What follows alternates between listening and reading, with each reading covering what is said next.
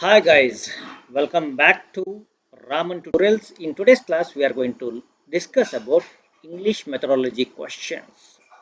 I have picked hand-picked some of the important questions related to English methodology, and I'm going to discuss with you, okay, in detail. Okay, this series will continue for a couple of days so that I can finish all important concepts in English methodology. Let's deal with that. And before that, I hope you are going to you are very much interested to answer some of the questions. Here is the first question. A teacher asks her learners to join sentences to make short paragraph, inserting supplied connectors and coherence markers, but and however, because, although. What is this approach to writing known as? Ready? Teacher is there, ಒಬ್ರು teacher ಇದ್ದಾರೆ. ಅವ್ರು ಏನು ಮಾಡ್ತಾ ಇದ್ದಾರೆ, ಅವರು they have provided ಒಂದಿಷ್ಟು sentences ಅನ್ನು ಕೊಟ್ಟಿದ್ದಾರೆ. ಸೆಂಟೆನ್ಸಸ್ ಅನ್ನು ಕೊಟ್ಟು join these sentences to make a short ಪ್ಯಾರಾಗ್ರಾಫ್ನ ಮಾಡಿ ಅಂತ ಹೇಳ್ತಾ ಇದ್ದಾರೆ. ಅದ್ರ ಜೊತೆಗೆ ಏನು ಮಾಡ್ತಾರೆ, ಅವ್ರು ಸಪ್ಲೈ ಮಾಡಿದ್ದಾರೆ connectors like but and however because although.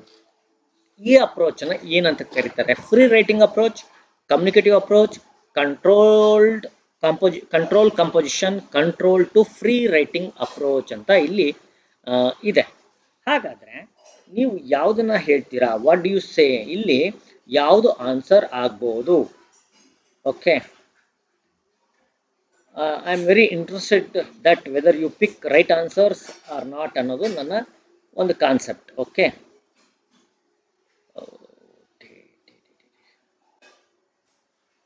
Okay, ಹಾಗೆಯೇ you go on liking the ವಿಡಿಯೋನ ಲೈಕ್ ಮಾಡ್ತಾ ಹೋಗಿ, that will help. And okay, first question ಇದೆ, try to answer the. Okay sir, hi sir, hi, good evening everybody, hi everything, hi everybody.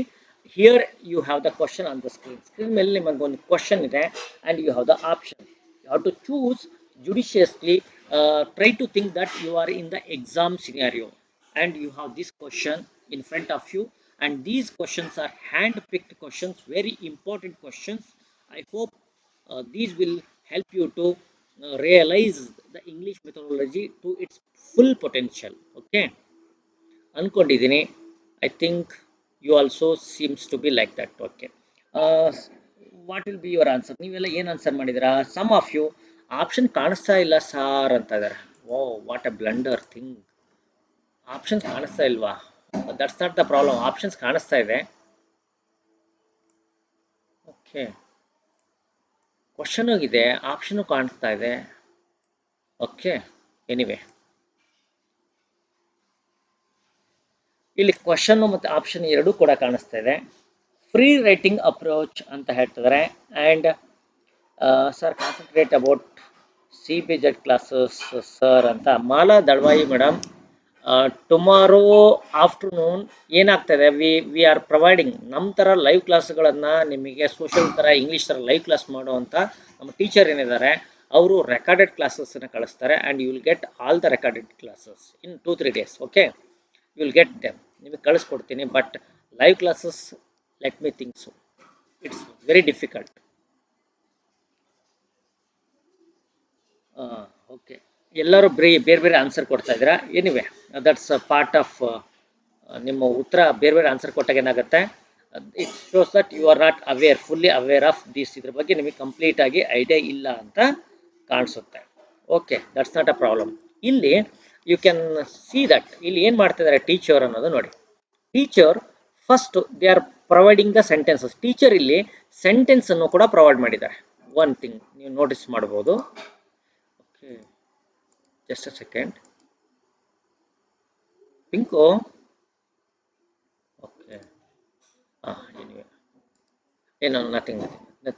Teacher ಇಲ್ಲಿ sentences ಅನ್ನು ಕೊಟ್ಟಿದ್ದಾರೆ. She has provided the sentences ಕೊಟ್ಟಿದ್ದಾರೆ. ಜೊತೆಗೆ connectors ಕೂಡ ಕೊಟ್ಟಿದ್ದಾರೆ. Paragraph ಮಾಡಿಯಪ್ಪ ಅಂತಾರೆ. ಅಂದರೆ ಅವ್ರ ಟೀಚರ್ ಏನು ಮಾಡ್ತಿದ್ದಾರೆ, ಅವರು ಸೆಂಟೆನ್ಸನ್ನು ಪ್ರೊವೈಡ್ ಮಾಡಿದ್ದಾರೆ, ಕನೆಕ್ಟರ್ಸು ಪ್ರೊವೈಡ್ ಮಾಡಿದ್ದಾರೆ, ಒಂದು ಪ್ಯಾರಾಗ್ರಾಫ್ ಮಾಡಿ ಅಂತ ಹೇಳ್ತಾರೆ. ಇದರಂದ್ರೆ ಏನಂತಾರೆ, ಅವರು she want to control what the students write. Students ಏನು ರೈಟ್ ಮಾಡ್ತಾರೆ ಅನ್ನೋದ್ರ ಮೇಲೆ she wants to have some control, ಸ್ವಲ್ಪ ಕಂಟ್ರೋಲ್ ಇರಬೇಕು ಅಂತಾರೆ. At the same time she wants them to use as they wish. ಅವ್ರು ಹೇಗೆ ಬೇಕಾದರೂ ಅದನ್ನು ಬಳಸಿ ಪ್ಯಾರಾಗ್ರಾಫ್ ಮಾಡಬೇಕು ಅಂತಾರೆ. ಇಲ್ಲಿ both it's a mixture of controlled and free writing approach. ಹಾಗಾಗಿ option D is a correct one. ಹಾಗಾದ್ರೆ ಫ್ರೀ ರೈಟಿಂಗ್ ಅಪ್ರೋಚ್ ಅಂದ್ರೇನು, ಕಮ್ಯುನಿಕೇಟಿವ್ ಅಪ್ರೋಚ್ ಅಂದ್ರೇನು, what is control composition and what is control to free writing approach ಅಂತ I just want to tell you all this stuff. ನೋಡಿ, first ನೋಡೋಣ, free writing ಅಂತ ಇದೆ. ಏನಿದು free writing? ಇದೊಂದು technique. It's a technique in which authors writes their thoughts quickly and continuously without worrying about form, style or even grammar. Free writing ಅಲ್ಲಿ ಏನಾಗುತ್ತೆ, the writer who is writing some stuff, ಏನು ಬರೀತದೇನಲ್ಲ ಅವನು, form ಬಗ್ಗೆ worry ಮಾಡಲ್ಲ. He never worries about style and he even cares about grammar. Alongside brainstorming, free writing is typically used early in the writing process to collect and manifest one thoughts. ನಿಮಗೆ ಏನು ಮಾಡ್ತಾರೆ, brain storming technique ಅಂತ ಇರುತ್ತೆ. ಆ ಟೆಕ್ನಿಕಲ್ಲಿ ಒಂದು ವಿಚಾರದ ಸುತ್ತ ಏನು ಮಾಡ್ತಾರೆ, ಒಂದು ವಿಚಾರ ಸುತ್ತ ಒಂದು ಏನೆಲ್ಲ ಐಡಿಯಾಸ್ ಬರುತ್ತೆ ಅದನ್ನು ಕಲೆಕ್ಟ್ ಮಾಡ್ತಾರೆ. ಯುಟಿಲೈಸಿಂಗ್ ದೋಸ್ ಸ್ಟಫ್ನ ಯುಟಿಲೈಸ್ ಮಾಡಿ ದೇ ಗೋ ಆನ್ ರೈಟಿಂಗ್. ಇದನ್ನ ಫ್ರೀ ರೈಟಿಂಗ್ ಅಂತ ಕರೀತಾರೆ. ನಿಮಗೆ ಫ್ರೀ ರೈಟಿಂಗ್ ಗೊತ್ತಾಯಿತು. Let's talk about communicative approach ಅಂತ. ಈ ಅಪ್ರೋಚ್ ಏನಿದೆ, it is based on the idea that learning language successfully comes through having to communicate real meaning. Learning takes place, your prakara learning takes place when there is a proper communication. Communication aadagle enagutte, learning agutte anta ಒಂದು ಐಡಿಯಾದ ಮೇಲೆ ಇದೆ. The learning language successfully comes through having to communicate real meaning. When the learners involved in real communication, their natural strategies for language acquisition will be used. This will allow them to learn use of the language ಅಂತಾರೆ. ಏನಿದು natural strategies ಅಂತಂದ್ರೆ, speaking, then followed by listening, and then speaking, listening, reading and then writing. ಅಂದರೆ ಇದು natural way of learning, acquiring language ಅಂತ ಹೇಳ್ತಾರೆ. ಇದ್ರ through ಏನಾಗುತ್ತೆ, they go on learning the things. ಅಲ್ಲಿ ಎಲ್ಲ ಸ್ಕಿಲ್ಸ್ ಇರುತ್ತೆ, but communication is given prominent role. ಅವುಗಳಲ್ಲಿ ಪ್ರಾಮಿನೆಂಟ್ ರೋಲನ್ನು ಕೊಡ್ತಾರೆ. ಓಕೆ, ಹಾಗೇನೆ ಕಂಟ್ರೋಲ್ಡ್ ಕಂಪೋಸಿಷನ್ ಬಗ್ಗೆ ಹೇಳಿದೆ. ಕಂಟ್ರೋಲ್ಡ್ ಅಂದ್ರೇನು, ಇಲ್ಲೇನು ಮಾಡ್ತಾರೆ, ಇನ್ ದಿಸ್ ಮೆಥಡ್ ಏನು ಮಾಡುತ್ತೆ, ಇದು ಒಂದು method teacher usually employ the students attention on specific features of the return language. ಒಂದು ರಿಟರ್ನ್ ಲ್ಯಾಂಗ್ವೇಜ್ ಮೇಲೆ ಅವ್ರು ಏನು ಮಾಡ್ತಾರೆ, ಸ್ಪೆಸಿಫಿಕ್ ಆಗಿ ಫೋಕಸ್ ಮಾಡ್ತಾರೆ. Controlled composition provides 3 steps, 3 steps ಅಲ್ಲಿ ಇರುತ್ತೆ. ಟು ರಿರೈಟ್ ಅ ಪ್ಯಾಸೇಜ್, ಒಂದು ಪ್ಯಾಸೇಜ್ ಕೊಟ್ಟಿರ್ತಾರೆ, ಆ ಪ್ಯಾಸೇಜನ್ನು ರಿರೈಟ್ ಮಾಡೋಕ್ಕೆ ಹೇಳ್ತಾರೆ. ಟು ಮೇಕ್ ಚೇಂಜ್, ಅವರು ಸಣ್ಣ ಪುಟ್ಟ ಚೇಂಜಸ್, ಆಲ್ಟ್ರೇಷನ್ಸ್ ಮಾಡ್ಬೋದು. And to correct the errors, ಅಲ್ಲಿ ತಪ್ಪುಗಳಾಗಿದ್ದರೆ ಅವ್ರು ಕರೆಕ್ಟ್ ಮಾಡಿ ಬರೆಯೋದಕ್ಕಿರುತ್ತೆ. It can be a good method in reinforcing grammar beside reinforcing vocabulary. This controlled approach ಏನಿದೆ ನೋಡಿ, ಕಂಟ್ರೋಲ್ಡ್ ಕಂಪೋಸಿಷನ್ ಏನು ಮಾಡುತ್ತೆ, ಗ್ರಾಮರ್ ಟೀಚಿಂಗ್ಗೆ ಯೂಸ್ಫುಲ್ ಇದೆ. It is very useful in grammar teaching. ಇದರಿಂದ ಏನು ಮಾಡ್ಬೋದು, you can correct the errors and you can ask the students to rewrite the passage and you allow them to make some changes in the text. ಇದನ್ನ ಏನಂತಾರೆ, controlled ಅಂತಾರೆ. ಈ controlled ಬಗ್ಗೆ ನಮಗೆ ಒಂದು ಎಕ್ಸಾಂಪಲ್ ಮೇಲೆ ನೋಡ್ತೀವಿ. What is control to free approach? This is a writing is sequential. ಇನ್ನಿದಲ್ಲಿ ರೈಟಿಂಗ್ ಸೀಕ್ವೆನ್ಷಿಯಲ್ ಇರುತ್ತೆ. On it students are first given sentence exercise. ಆರಂಭದಲ್ಲಿ ಏನು ಮಾಡ್ತಾರೆ, ಸೆಂಟೆನ್ಸ್ ಎಕ್ಸಸೈಸ್ ಕೊಡ್ತಾರೆ. Then paragraphs to copy or manipulate grammatically. ಪ್ಯಾರಾಗ್ರಾಫ್ನ ಕೊಡ್ತಾರೆ, ಅದನ್ನು ಅವರು ಮನಿಪುಲೇಟ್ ಮಾಡೋದಕ್ಕೆ ಹೇಳ್ತಾರೆ. They might also change words, clauses or continue sentence. They work on a given material and perform strictly prescribed operations. ಏನು ಟೀಚರ್ ಒಂದು guidance ಕೊಟ್ಟಿರ್ತಾರೆ, ಏನು ಅವರಿಗೆ ಒಂದು ಸಜೆಷನ್ಸ್ ಕೊಟ್ಟಿರ್ತಾರೆ, based on that suggestion students have to work. This is called control to free.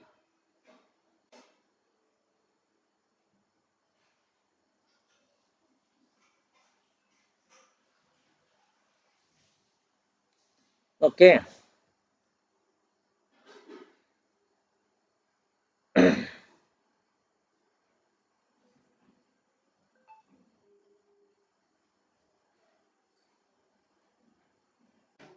Next ಹೋಗೋಣ, ಮುಂದೆ ಹೋಗೋಣ. ಯಾವುದಕ್ಕೆ ಹೋಗೋಣ ಅಂತಂದರೆ ನೋಡಿ, ನೆಕ್ಸ್ಟ್ ಹೋಗೋಣ. ಏನಿದೆ question? The assessment done at the end of 6 months. 6 ತಿಂಗಳ ನಂತರ ಏನು ಅಸೆಸ್ಮೆಂಟ್ ಆಗುತ್ತಲ್ಲ, at the end of 6 months, 6 months ಆದಮೇಲೆ ಏನು ಅಸೆಸ್ಮೆಂಟ್ ಆಗುತ್ತಲ್ಲ, ಅದನ್ನು ಏನಂತಾರೆ? Semester assessment, remedial assessment, summative assessment, formative assessment ಅಂತ ನಾವು ಕರಿತೀವಿ. ಓಕೆ, ಈ ರೀತಿ ಅವುಗಳನ್ನ ಕರಿತಾ ಹೋಗ್ತೀವಿ. ಓಕೆ, ಹಾಗಾದ್ರೆ ಏನಂತ ಕರಿತೀವಿ? an assessment done at the end of the 6 months of one term is semester assessment, remedial assessment, summative assessment, formative assessment. ಯಾವುದು ಸರಿಯಾದ ಆನ್ಸರ್? ಬೇಗ ಹೇಳಿ.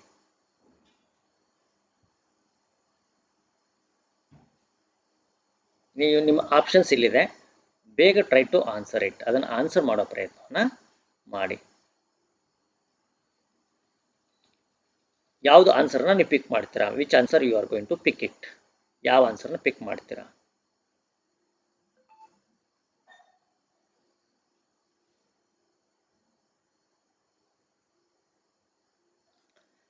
ನೋಡಿ, an assessment done at the end of 6 months, 6 months ಆದ್ಮೇಲೆ ಮಾಡುವಂಥ ಅಸೆಸ್ಮೆಂಟ್ಗೆ semester assessment ಅಂತೀರಾ, ಅಥವಾ remedial assessment, summative assessment, ಅಥವಾ ಫಾರ್ಮೇಟಿವ್ ಅಸೆಸ್ಮೆಂಟ್? ಏನು ಹೇಳ್ತೀರಾ? ಬೇಗ ಹೇಳಿ, ಕಮಾನ್.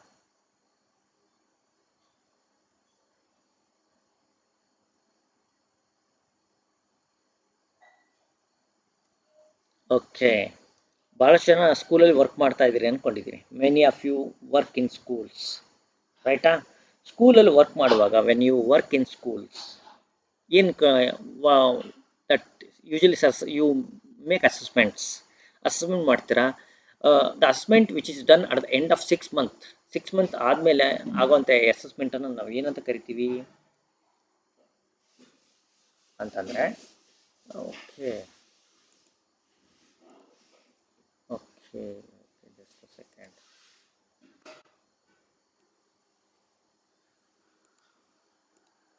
ಅದನ್ನು ಏನಂತ ಕರಿತೀವಿ? What do we call? ಅದನ್ನು we call it as a summative assessment ಅಂತ ಕರಿತೀವಿ. We call it as a summative assessment. The assessment which is done at the end of 6 months. Usually ಒಂದು 6 months ಟೀಚಿಂಗ್ ಆದಮೇಲೆ in the month of November or December ಏನು ಮಾಡ್ತೀವಿ? ಒಂದು ಅಸೆಸ್ಮೆಂಟನ್ನು ಮಾಡ್ತೀವಿ. That is called summative assessment ಅಂತ ಕರಿತೀವಿ. ಹಾಗೆಯೇ ಮತ್ತೊಂದು ಮಾಡ್ತೀವಿ. ಯಾವಾಗ ಮಾಡ್ತೀವಿ? ಆ್ಯನ್ಯುವಲ್ ಎಕ್ಸಾಮ್ ಕೂಡ ಮಾಡ್ತೀವಿ. ಅದು ಕೂಡ 6 months ಆದಮೇಲೆ ಮಾಡ್ತೀವಿ. That is also called summative assessment ಅಂತಾನೆ ಕರಿತೀವಿ. ಆ್ಯಂಡ್ ಈ ಎವ್ರಿ ಚಾಪ್ಟರ್ ಆದಮೇಲೆ ಮಾಡೋ ಅಸೆಸ್ಮೆಂಟನ್ನು ನಾವು call it as a formative assessment ಅಂತ ಕರಿತೀವಿ.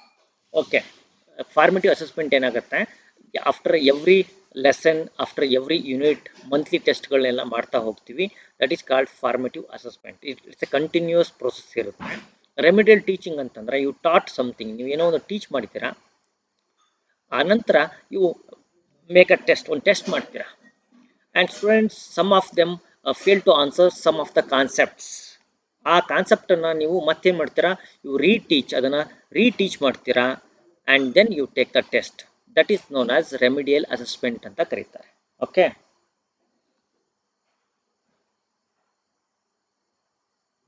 ಈಗ ಮುಂದೆ ಹೋಗೋಣ. ನೋಡಿ, ಸಮಸ್ಯೆ ಈಗ ಫಸ್ಟ್ ಸಮೇಟಿವ್ ಅಸೆಸ್ಮೆಂಟ್ ಅಂದ್ರೇನು? Summative assessment aims to evaluate students learning and academic achievement at the end of the term, a year or a semester by comparing it against universal standard or school benchmark. ಏನು ಮಾಡ್ತಾರೆ? ಒಂದು ಸ್ಕೂಲಿಗೆ bench mark ಅಂತ ಇರುತ್ತೆ. Every school has its own benchmark. ಆ benchmark ಜೊತೆ compare ಮಾಡ್ತಾರೆ. They compare with the benchmark. Summative assessment often have a high point value, take place under controlled conditions and therefore have more visibility. ನೋಡಿ, summative assessment ಏನಿದೆ, have high point value, ತುಂಬ point value ಇರುತ್ತೆ. Usually parents consider them by far very important ಅಂತಾರೆ. And they take place under controlled conditions, exam atmosphere ಇರುತ್ತೆ. And teacher and students they work hard for that. Therefore okay visibility ಜಾಸ್ತಿ ಇರುತ್ತೆ. ಹಾಗೆ summative assessment examples ಹೇಳ್ಬೇಕಂದ್ರೆ end of term ಅಲ್ಲಿ ಮಾಡುವಂಥದ್ದು, mid ಟರ್ಮಲ್ಲಿ ಮಾಡುವಂಥ ಎಕ್ಸಾಮ್ಸು, ಇವೆಲ್ಲ ಅದರಲ್ಲಿ ಬರುತ್ತೆ. Cumulative work over an extended period such as final project or creative portfolio or end of unit ಅಥವಾ ಚಾಪ್ಟರ್ ಟೆಸ್ಟ್ ಇವುಗಳೆಲ್ಲನೂ ಕೂಡ ಅಲ್ಲಿ ಬರುತ್ತೆ. ಹಾ, ಫಾರ್ಮೇಟಿವ್ ಅಸೆಸ್ಮೆಂಟ್ ಅಂತಂದ್ರೆ FA ಅಂತ ಹೇಳಿದ್ವಿ. Formative assessment is more diagnostic than evaluative. ಇದು ಇವ್ಯಾಲ್ಯೂಯೇಟಿವ್ ಇರಲ್ಲ, ಡಯಾಗ್ನೋಸ್ಟಿಕ್ ಇರುತ್ತೆ. ಡಯಾಗ್ನೋಸ್ಟಿಕ್ ಮೀನ್ಸ್ ಅರ್ಚು ಫಾರ್ಮೇಟಿವ್ ಅಸೆಸ್ಮೆಂಟ್ ಡಯಾಗ್ನೋಸ್ಟಿಕ್ ಇರುತ್ತೆ. Where if teacher finds some mistakes or if teacher finds some concepts are not fully taught, then teacher takes formative assessment to know the the things which are not done quietly. After doing formative assessment, teacher come to know. Teacher ಮಾಡ್ತಾರೆ formative assessment ಮಾಡಿದ್ಮೇಲೆ she will realize it is used to monitor pupil learning style and ability, to provide ongoing feedback and allow educators to improve, adjust their teaching methods, and for students to improve their learning. ಗೊತ್ತಾಯ್ತಲ್ಲ, these are the some of the things. ಹಾಗೆ remedial ನೋಡೋಣ. Remedial also known as developmental education ಅಂತ ಕರೀತಾರೆ. Basic skill education ಅಥವಾ compensatory education or preparatory education, academic upgrading ಅಂತ there are several names. we use several names to identify remedial teaching. Okay, most probably ಏನು ಮಾಡ್ತಾರೆ it is assigned to assist students in order to achieve expected competencies in core academic skills such as literacy and numeracy. Numeracy ಮತ್ತೆ ಲಿಟ್ರಸಿಯಲ್ಲಿ ಮಕ್ಕಳು we expect students to do well with some competencies. Language competencies ಅಲ್ಲಿ ಚೆನ್ನಾಗಿ work ಮಾಡಬೇಕು ಅಂತೀವಿ. when they fail to achieve so, we engage remedial classes. Slow ಲರ್ನರ್ಸ್ಗೆ ಅಂತಲ್ಲ, sometimes higher students with confident learners also struggled in some concepts. Through remedial teaching ನಾವೇನು ಮಾಡ್ತೀವಿ, we can help them out. ಹಾಗೇನೆ next question on your screen. A teacher asks her learners of a class 8th to read a novel by an Indian author and asks them to write an essay giving their views on the novel. What is this known as a reading activity? A teacher asks her learners of a class 8th to read a novel. ಏನು ಮಾಡ್ತಾರೆ, ಒಬ್ಬ teacher ಇದ್ದಾರೆ, ಒಂದು class 8th ಅಲ್ಲಿ ಒಂದು ನಾವೆಲ್ ಇದೆ which is written by Indian author. Ask them to write an essay, ಒಂದು essay ಬರೆಯೋದಕ್ಕೆ ಹೇಳ್ತಾರೆ, giving their views on the novel. What is this known as? Reading for information, scanning, intensive reading, extensive reading.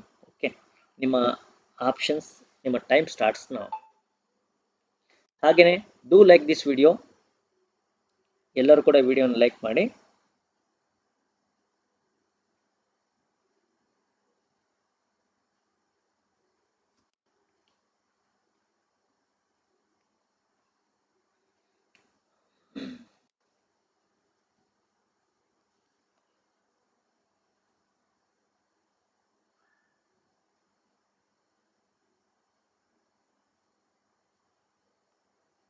Okay, everybody is saying intensive reading ಅಂತಾರೆ.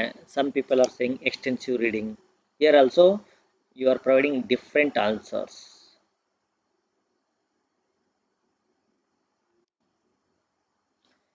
ನೋಡಿ ಏನಿದೆ, before answering you have to realise intensive reading ಅಂದ್ರೇನು, extensive reading ಅಂದ್ರೇನು, what is the difference between intensive and extensive reading ಅಲ್ಲಿ ಇರುವಂಥ difference ಏನು ಅಂತ.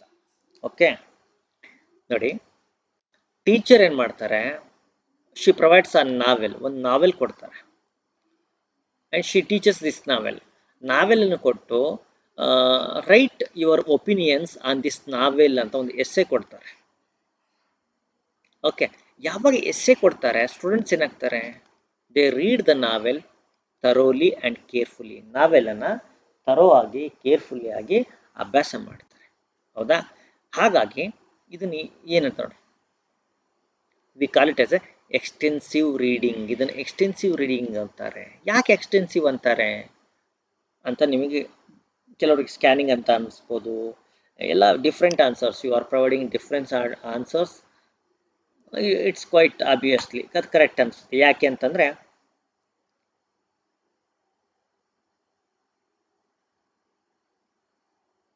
Okay, problem ಇಲ್ಲ.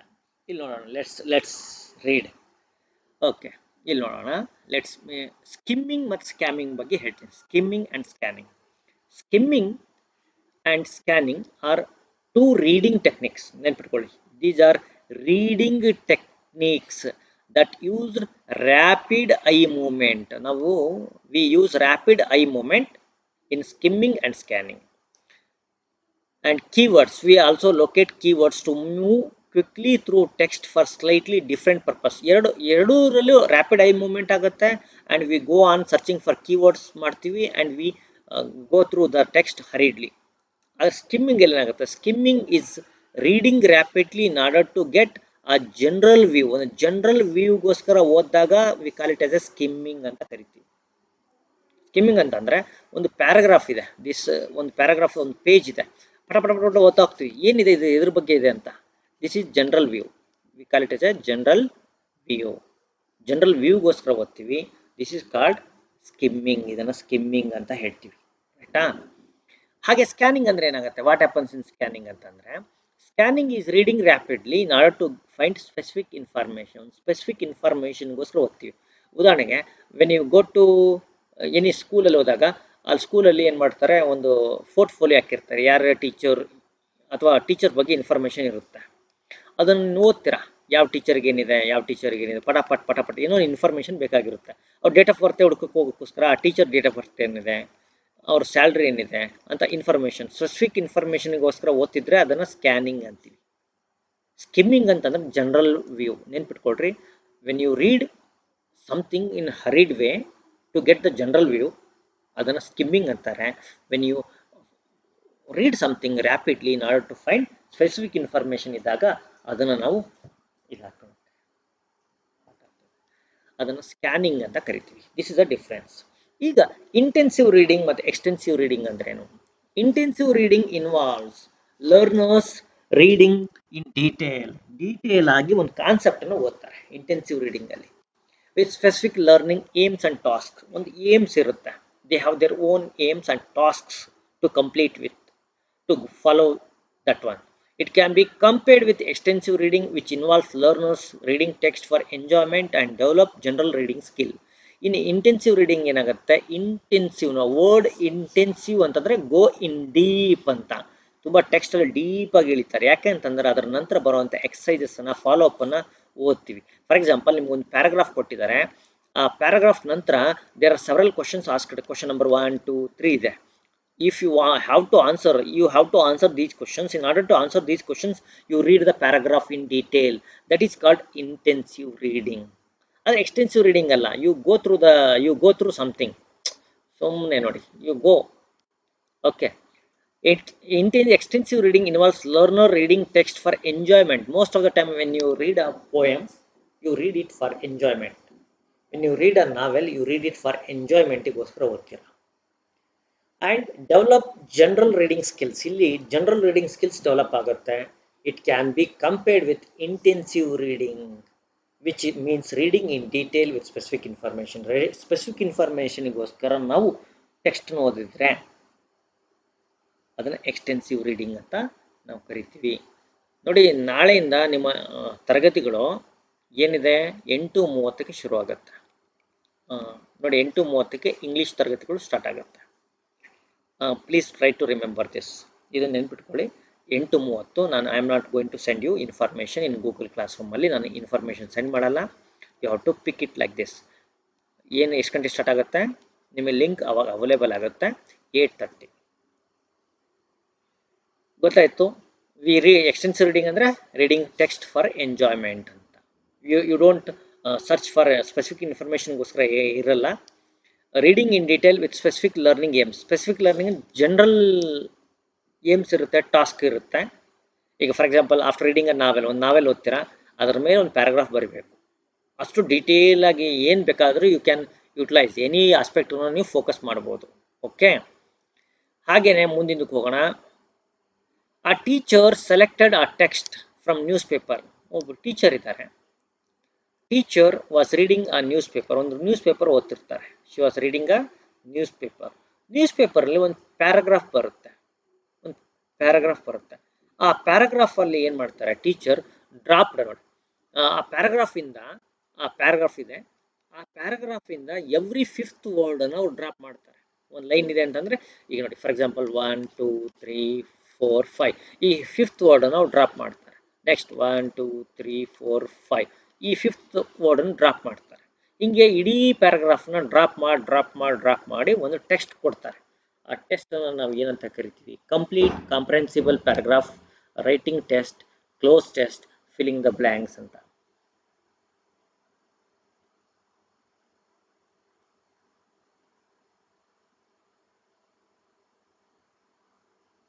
ಇದೇಮ್ಮ ಏನು ಗೊತ್ತಾ, ಯಾವಾಗಲೂ ಸುಪ್ರಿಯಾ ಮೇಡಮ್, ನಾವು ಯಾವುದನ್ನು ಡೀಪಾಗಿ ಓದ್ತೀವಿ, ಯಾವುದನ್ನು ನೋಡಿ, ಈ ಲಿಟ್ರೇಚರ್ ಅಂತ ಇರೋದು ತುಂಬ ಅದು ಇಂಟೆನ್ಸಿವ್ ರೀಡಿಂಗೋಸ್ಕರ ನಾವು ಓದ್ತೀವಿ. ಆದರೆ ಇಂಟೆನ್ಸಿವ್ ರೀಡಿಂಗ್ ಒಂದು ಪೊಯಮ್ ಓದೋಕ್ಕೋಸ್ಕರ ಏನು ಮಾಡ್ತಾರೆ, ಅದನ್ನು ಡೀಪಾಗಿ ಅದರಲ್ಲಿ ಕ್ವಶನ್ ಆನ್ಸರ್ನ ನಾವು ಎಕ್ಸಾಮ್ ಪರ್ಪಸ್ಸಿಗೆ ಓದುವಾಗ ಅದನ್ನು ಇಂಟೆನ್ಸಿವ್ ಮಾಡ್ಕೊಳ್ತೀವಿ. ಫಸ್ಟ್ ಒಂದು ಪೊಯಮ್ ಇದೆ, ಒಂದು ನಾವೆಲ್ ಇದೆ, ಒಂದು ಡ್ರಾಮಾ ಇದೆ ಅಂತಂದರೆ ದೇ ಮೆಂಟ್ ಫಾರ್ ಎಂಜಾಯ್ಮೆಂಟಿಗೋಸ್ಕರ ಇದೆ.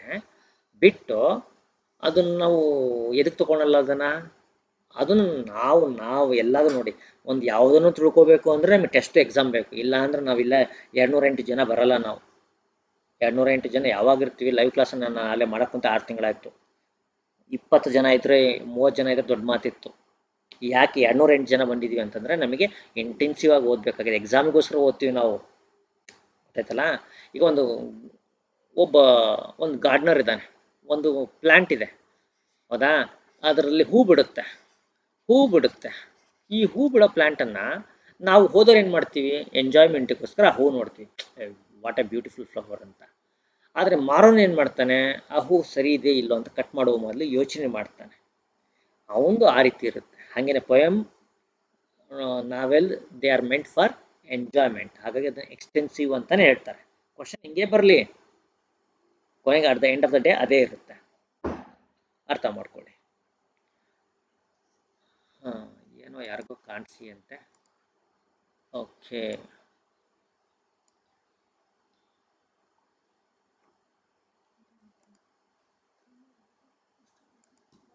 ಇದಕ್ಕೆ ಉತ್ತರ ಭಾಳಷ್ಟು ಜನ ಬೇರೆ ಬೇರೆ ಆನ್ಸರ್ ಕೊಡ್ತಾ ಇದ್ದೀನಿ. ಇದಕ್ಕೆ ಏನಂತ ಕರೀತಾರೆ? What do we call this test? ಈ ಟೆಸ್ಟಿಗೆ ಏನಂತ ಕರಿಬೇಕು ಅಂತ ಇದೆ. ಓಕೆ, ಇಲ್ಲೆಲ್ಲರೂ ಕೂಡ ಏನು ಮಾಡ್ತಾ ಇದ್ದಾರೆ? ಎ ಅಂತ ಹೇಳ್ತಾ ಇದ್ದಾರೆ. ಕಂಪ್ಲೀಟ್ ದ ಕಾಂಪ್ರೆನ್ಸಿಬಲ್ ಪ್ಯಾರಾಗ್ರಾಫ್ ಅಂತ ಅವರು ಕಂಪ್ಲೀಟ್ ದ ಕಾಂಪ್ರೆನ್ಸಿಬಲ್ ಪ್ಯಾರಾಗ್ರಾಫ್ ಅಂತ ಅಂದರೆ ನಮ್ಮ ಜನಕ್ಕೆ ಯಾವ ಟೆಸ್ಟಿಗೆ ಏನಂತಾರೆ ಅಂತ ಗೊತ್ತಿಲ್ಲ. ಇದು ಏನಾಗ್ತಾ ಇದೆ, ಎಕ್ಸಾಮಿಗೆ ನಾವೆಲ್ಲ ಓದ್ತಾ ಇರ್ತೀವಿ, ಬಟ್ ಯಾವ್ಯಾವ ಟೆಸ್ಟ್ಗಳಿದೆ ನಾನು ಅವಾಗ ಹೇಳ್ತಾ ಇರ್ತೀನಿ.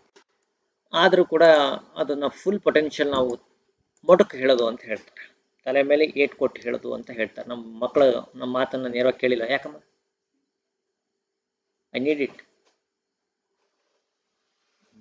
ಮೊಟಕ್ಕೆ ಹೇಳೋದು ಅಂತಾರೆ. ಆ ರೀತಿ ಮೊಟಕ್ಕೆ ಹೇಳಬೇಕು, ಎಕ್ಸಾಮಲ್ಲಿ ನೀವು ಅದು ಬರಬೇಕು, ಕ್ವಶನ್ ಕೇಳಬೇಕು. ಹೀಗಲ್ಲಪ್ಪ ನೋಡಿ, ಒಂದು ಕಂಪ್ಲೀಟ್ ದ ಕಾಂಪ್ರೆನ್ಸಿಬಲ್ ಪ್ಯಾರಾಗ್ರಾಫ್, ಒಂದು ಪ್ಯಾರಾಗ್ರಾಫ್ನ ಕಂಪ್ಲೀಟ್ ದ ಪ್ಯಾರಾಗ್ರಾಫ್ ಅಂತಲ್ಲ. ಪ್ಯಾರಾಗ್ರಾಫೇ ಇರುತ್ತೆ, ಅದು ಕಂಪ್ಲೀಟ್ ಮಾಡೋದಲ್ಲ ಅದು. ಅಥವಾ ಅವ್ರು ಕೊಟ್ಟಿದ್ದಾರೆ ಅನ್ನೋಕ್ಕೋಸ್ಕರ ಅದು ರೈಟಿಂಗ್ ಟೆಸ್ಟು ಕೂಡ ಆಗಲ್ಲ. ಹಾಗೆ ಅದು ಕಂಪ್ಲೀಟ್ ಪ್ಯಾರಾಗ್ರಾಫು ಅಲ್ಲ, ಅದನ್ನ ಕ್ಲೋಸ್ ಟೆಸ್ಟ್ ಅಂತಾರೆ. ಒಂದು ಪ್ಯಾರಾಗ್ರಾಫಲ್ಲಿ ಈ ಕೆಲವೊಂದು ವರ್ಡನ್ನ ನೀವು ಸ್ಕಿಪ್ ಮಾಡಿ ಹೋಗಿರ್ತೀರಾ. ಮಕ್ಕಳಿಗೆ ಅದನ್ನು ಫಿಲ್ ಮಾಡೋದಕ್ಕೆ ಹೇಳ್ತೀರಾ ಅಂತಂದರೆ ಅದಕ್ಕೆ ಆಪ್ಷನ್ಸ್ ಕೊಟ್ಟು ಮತ್ತೊಂದು ಕೊಟ್ಟು, ಓಕೆ, ಅದನ್ನು ಕ್ಲೋಸ್ ಟೆಸ್ಟ್ ಅಂತ ಕರಿತೀವಿ. We call it as a cloze test. ಯಾವಾಗ ಫಿಲ್ಲಿಂಗ್ ದ ಬ್ಲ್ಯಾಂಕ್ಸ್ ಆಗುತ್ತೆ? ಒಂದು ಫಿಲ್ಲಿಂಗ್ ದ ಬ್ಲ್ಯಾಂಕ್ಸಲ್ಲಿ ಒಂದು ಸೆಂಟೆನ್ಸಲ್ಲಿ ಒಂದು ಸೆಂಟೆನ್ಸ್ ಇದೆಯಪ್ಪ, ಒಂದು ಸೆಂಟೆನ್ಸಲ್ಲಿ 1 ಅಥವಾ 2 ಬ್ಲ್ಯಾಂಕ್ ಇರುತ್ತೆ. 1-2 ಬ್ಲ್ಯಾಂಕ್ ಇದ್ದರೆ ಅದನ್ನು ನಾವೇನಂತ ಕರಿತೀವಿ? ಅದನ್ನು ಫಿಲ್ಲಿಂಗ್ ದ ಬ್ಲ್ಯಾಂಕ್ಸ್ ಟೆಸ್ಟ್ ಅಂತ ಕರಿತೀವಿ. ಅದೇನು ಪ್ಯಾರಾಗ್ರಾಫಲ್ಲಿ ಇದ್ದರೆ ಅದನ್ನು we call it as a cloze test ಅಂತೀವಿ. ನಿಮಗೆ ಎಕ್ಸಾಮಲ್ಲಿ ಕ್ಲೋಸ್ ಟೆಸ್ಟ್ ಕೊಡ್ತಾರೆ, ನೀವೆಲ್ಲ ಓದ್ಕೊಂಡು ಹೋಗಿರ್ತಾರೆ, ಅದು ದೊಡ್ಡ ಪುಸ್ತಕಗಳು. ಇಂಗ್ಲೀಷ್ ಯಾಕೆ ಯೂನಿಕ್ ಆಗುತ್ತೆ? ಇಲ್ಲಿ ಕಾನ್ಸೆಪ್ಟ್ ಓರಿಯೆಂಟೆಡ್ ಮೇಲೆ ಕಾನ್ಸೆಪ್ಟ್ ಮೇಲೆ ಕೇಳ್ತಾರೆ. ಕೇಳೋದಕ್ಕೆ ಎನಿವೇ ಕೇಳ್ಬೋದು. ಯಾವ ಬುಕ್ ಓದಿರೋ ಆ ಬುಕ್ನಾಗಿದ್ದು ಯಾವ ಬುಕ್ನಾಗಿದ್ದು ಕ್ವಶನ್ಸ್ ಬರಲ್ಲ. Try to remember this point. Comprehension is very very important. ನೀವು ಏನು ಓದ್ತೀರಾ, ಏನು ತಿಳ್ಕೊಳ್ತೀರಾ ಅದ್ರ ಮೇಲೆ ಒಂದು ನಿಮಿಷ ಯೋಚನೆ ಮಾಡಿ. Just think for a minute and look at the words. ಆ ವರ್ಡ್ಸ್ ನೋಡಿ ಏನಿದೆ. Teacher selected a text. ಒಂದು ಟೆಕ್ಸ್ಟ್ ಅಂತಂದ್ರೆ ಅಲ್ಲಿ ಏನಿದೆ? ಟೆಕ್ಸ್ಟಲ್ಲಿ ಏನಿರುತ್ತೆ? ಪ್ಯಾರಾಗ್ರಾಫ್ ಇರುತ್ತೆ. From a newspaper, dropped every fifth ವರ್ಡ್ನ ಡ್ರಾಪ್ ಮಾಡ್ತಾರೆ. Asked our learners to supply missing ವರ್ಡ್ಸನ್ನು ಸಪ್ಲೈ ಮಾಡಿ ಅಂತ ಹೇಳ್ತಾರೆ. ಈ ಟೆಸ್ಟ್ ಏನು ಹೇಳ್ತಾರೆ? ಅದೇ ಅವರು ಒಂದು ಸೆಂಟೆನ್ಸನ್ನು ಕೊಟ್ಟು ಮಾಡಿದರೆ ಅದು ಫಿಲ್ಲಿಂಗ್ ದ ಬ್ಲ್ಯಾಂಕ್ಸ್ ಹಾಕಿತ್ತು. ಒಂದು ಪ್ಯಾರಾಗ್ರಾಫ್ ಕೊಟ್ಟಿದ್ದಕ್ಕೆ ಅದನ್ನು ನಾವು ಏನಂತ ಕರಿತೀವಿ, we call it as a cloze test ಅಂತೀವಿ. ಟೆಸ್ಟಲ್ಲಿರೋ ಟೈಪ್ಗಳನ್ನು ಕೂಡ ತಿಳ್ಕೋಬೇಕು. ರೈಟಿಂಗ್ ಟೆಸ್ಟ್ ರೈಟಿಂಗ್ ಟೆಸ್ಟ್ ಆಗಲ್ವಾ? ಹೌದು, ಎಲ್ಲದನ್ನು ಟೆಸ್ಟ್ ಅಂದ್ರೆ ರೈಟಿಂಗೇ ಇರುತ್ತೆ. ಕೆಲವು ಟೆಸ್ಟ್ಗಳು ಅದರಲ್ಲಿ ರೈಟಿಂಗ್ ಟೆಸ್ಟ್ ಅನ್ಕೋಬಿಟ್ಟು ಅಂದರೆ ರೈಟಿಂಗ್ ಕೊಡ್ತಾ ಒಂದು ಪ್ಯಾರಾಗ್ರಾಫ್ ಬರೆದು ಕೊಡೋದು, ಒಂದು ಎಸ್ಸೆ ಬರೆದು ಕೊಡೋದು, ಇವೆಲ್ಲ ರೈಟಿಂಗಲ್ಲಿ ಬರುತ್ತೆ. ಕ್ಲೋಸ್ ಟೆಸ್ಟ್ ಅಂದ್ರೆ ಒಂದು ಈ ರೀತಿ ನಿಮಗೆ ಸ್ವಲ್ಪ ಆ ಟೆಸ್ಟ್ಗಳಲ್ಲಿ ಏನೆಲ್ಲ ಬರುತ್ತೆ ಅದನ್ನು ನೀವು ಡಿಸೈಡ್ ಮಾಡಬೇಕು. ನಿಮ್ಮ ಬಿ ಎಡ್ ಬುಕ್ಗಳನ್ನು ತೆಗೆದು ವಾಪಸ್ ತಿರುಗಿಸಿ ಹಾಕಬೇಕು. ಓಕೆ ನೋಡಿ, cloze test provide empirical evidence how easy a text is to read and understand for specific target audience. ಏನು ಮಾಡುತ್ತೆ, they measure reading comprehension and not just readability score. ನಿಮ್ಮ ರೀಡಿಂಗ್ ಹೆಂಗಾಗುತ್ತೆ ಅನ್ನೋದಕ್ಕೋಸ್ಕರ ಇಲ್ಲ, ಅವು ಕಾಂಪ್ರೆನ್ಷನನ್ನು ಚೆಕ್ ಮಾಡುತ್ತೆ. ಅದ್ರ ಪ್ರಪೋಸಿಷನ್ಸ್ ಮೇಲೆ ಮಾಡ್ಬೋದು, ಅವನ ಕಂಜಕ್ಷನ್ಸ್ ಮೇಲೆ ಮಾಡ್ಬೋದು, ಸೂಟೇಬಲ್ ವರ್ಬ್ ಮತ್ತು ಟೆನ್ಸಸ್ ಮೇಲೆ ಕೂಡ ಕೇಳ್ತಾರೆ.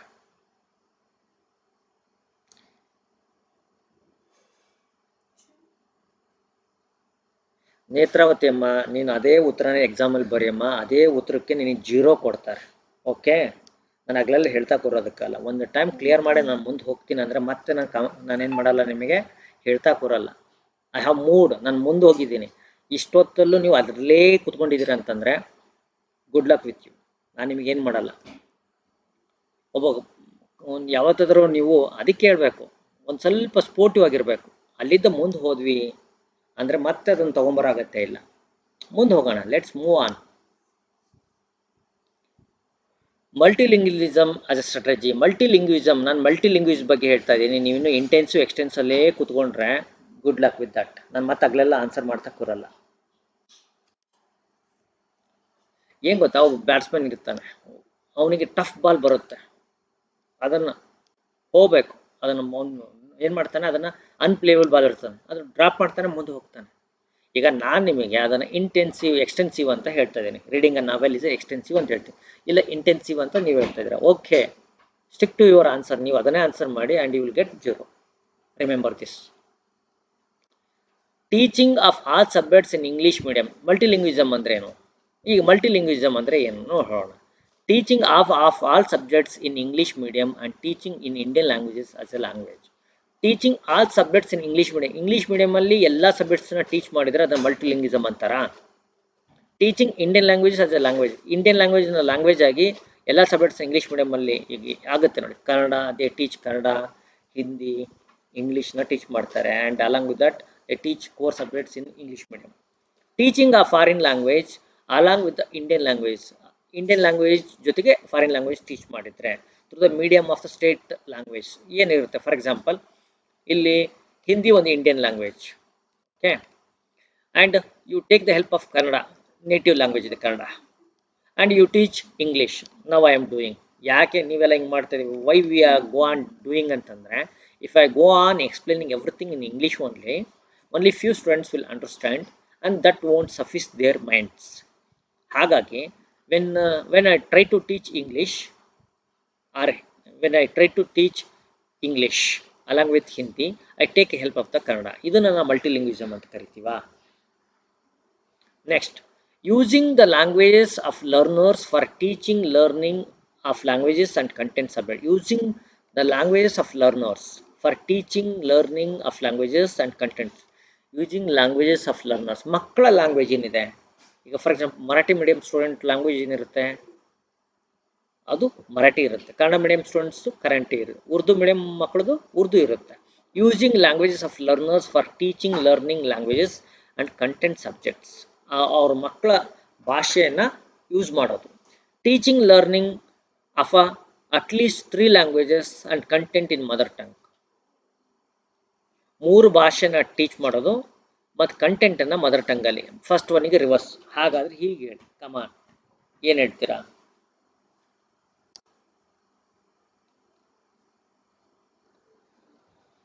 ಯಾವುದು ಆನ್ಸರ್ ಆಗ್ಬೋದು? ಇಲ್ಲೆಲ್ಲದಕ್ಕೂ ನಾನು ಹೇಳಿದೆ, I explain each and every part. ಮತ್ತು ಯಾವುದು ಕಾಣ್ತಾ ಇಲ್ಲ ಸರ್, ಆಪ್ಷನ್ ಕಾಣ್ತಾ ಇಲ್ಲ ಅಂತ ಹೇಳ್ಬೇಡಿ. ಹಿಯರ್ ಮಲ್ಟಿಲಿಂಗ್ವಿಸಮ್ ಅಂದರೆ ಏನು? What is ಮಲ್ಟಿಲಿಂಗ್ವಿಸಮ್?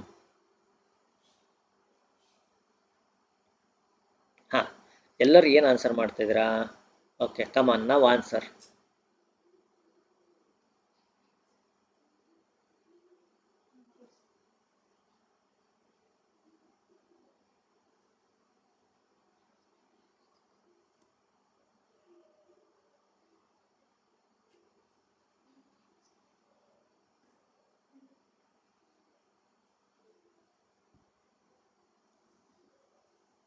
ಓಕೆ, ನಿಮ್ಮ multilingualism in your concept. The right answer option C. Multilingualism means C. Using the languages of the learners for teaching, learning of languages and content subjects. Content ಯಾವುದೇ ಇರಲಿ, content ಅಥವಾ ಮತ್ತೆ language and content teaching ಅಲ್ಲಿ using the mother tongue of the learner, ಮಗುವಿನ mother tongue ಅನ್ನ utilise ಮಾಡೋದು. ಇದನ್ನ ನಾವು ಕಾಲಿಟಾಸ್, ಅದನ್ನ ನಾವೇನಂತ ಕರಿತೀವಿ, ಮಲ್ಟಿಲಿಂಗ್ವಿಸಮ್ ಅಂತ ಕರಿತೀವಿ. ಮದರ್ ಟಂಗ್ ಅನ್ನ ಬಳಸ್ಕೊಂಡು ಬೇರೆ ಬೇರೆ ಕಂಟೆಂಟ್ ಅನ್ನು ಟೀಚ್ ಮಾಡೋದು. ಈಗ ಉದಾಹರಣೆಗೆ for example we go on teaching English. Yes I know I am teaching English teachers, but most probably I go on teaching in I go on explaining everything in Kannada. Why do I do that? Because most of the teachers they have hampered with that, so I go on explaining things in Kannada. That's why I use multilingualism in my classroom. See here, multilingualism is generally understood to mean knowledge of more languages than native language. It is a language term that moves from monolingualism, knowing one language, beyond bilingualism, where you know two languages, into realm of knowing many multiple languages. More than two, ಎರಡು ಮೂರಕ್ಕಿಂತ ಹೆಚ್ಚು ಭಾಷೆನ ನೀವು ಮಾತಾಡ್ತಾ ಇದ್ರೆ ಅದನ್ನ ಮಲ್ಟಿಲಿಂಗ್ವಿಸಮ್ ಅಂತ ಕರಿಬಹುದು. Okay sir, that's ಬೈಲಿಂಗ್ವಿಸಮ್ ಅಂತ ಹೇಳ್ತಾರೆ. ಮತ್ತೆ ನೋಡಿ, yes I know, when you ಒಂದು ಲ್ಯಾಂಗ್ವೇಜ್ ಇಟ್ಕೊಂಡು ನೋಡಿ, for example using the languages of, yes mother ಟಂಗ್ನ ಯೂಸ್ ಮಾಡ್ತಾ ಇದ್ದೀರಿ ಅಂತಂದರೆ ಆ ಲ್ಯಾಂಗ್ವೇಜ್ ನೋಡಿ, using the languages of the learners for teaching learning of languages. ಬೇರೆ ಲ್ಯಾಂಗ್ವೇಜಸ್ನ ಕಲಿಯೋದಕ್ಕೂ ಕೂಡ ನೀವು ಯುಟಿಲೈಸ್ ಮಾಡಿದರೆ, ಅಂದರೆ ಒಂದು ಕ್ಲಾಸ್ ರೂಮಲ್ಲಿ if the class room is open for more than two languages, ಎರಡು ಮೂರು ಭಾಷೆಗಳಿಗೆ ಆ ಕ್ಲಾಸ್ ರೂಮ್ ಓಪನ್ ಇತ್ತು ಅಂತಂದ್ರೆ that is called multilingualism. Bilingualism ಏನಾಗುತ್ತೆ, only two languages are involved. ಈಗ for example if you teach Hindi ಒಂದು, okay, if you teach Hindi, if you teach English, if you teach Kannada with the help of Marathi or with the help of any languages, ಅದನ್ನು ನಾವು ಬೈಲಿಂಗ್ವಿಲಿಸಮ್ class ಅಂತ ಹೇಳೋದು ಬರಲ್ಲ. ಬೈಲಿಂಗ್ವಿಲಿಸಮ್ only two languages ಇರುತ್ತೆ, ಮಲ್ಟಿಲಿಂಗ್ವಿಲಿಸಮ್ ಇರುತ್ತೆ more than two ಇರುತ್ತೆ.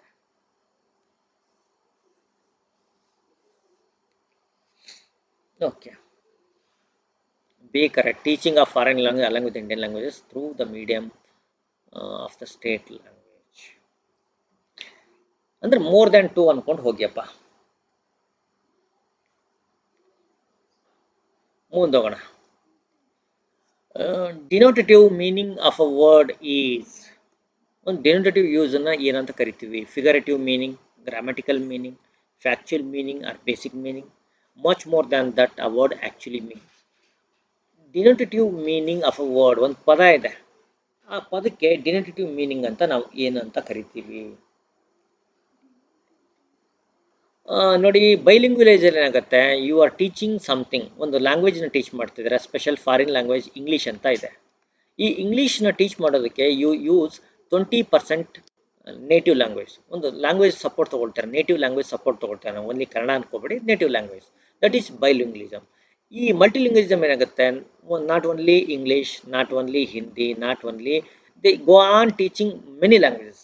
ಒಂದು ಕ್ಲಾಸ್ ರೂಮಲ್ಲಿ ಮೆನಿ ಲ್ಯಾಂಗ್ವೇಜಸ್ ಯೂಸ್ ಮಾಡ್ತಾರೆ. ಮೆನಿ ಲ್ಯಾಂಗ್ವೇಜ್ ಇರುವಂಥ ಅಟ್ಮಾಸ್ಫಿಯರ್ ಇತ್ತು ಅಂತಂದ್ರೆ ದಟ್ ಈಸ್ ಕಾಲ್ಡ್ ಮಲ್ಟಿಲಿಂಗ್ವಿಸಮ್ ಅಂತ. ಮಲ್ಟಿ ಅನ್ನೋ ವರ್ಡ್, ಮಲ್ಟಿ ಅಂದರೆ ಮೋರ್ ದ್ಯಾನ್ ಟೂ ಅಂತ ನೀವು ನೆನ್ಪಿಟ್ಕೋಬೇಕು.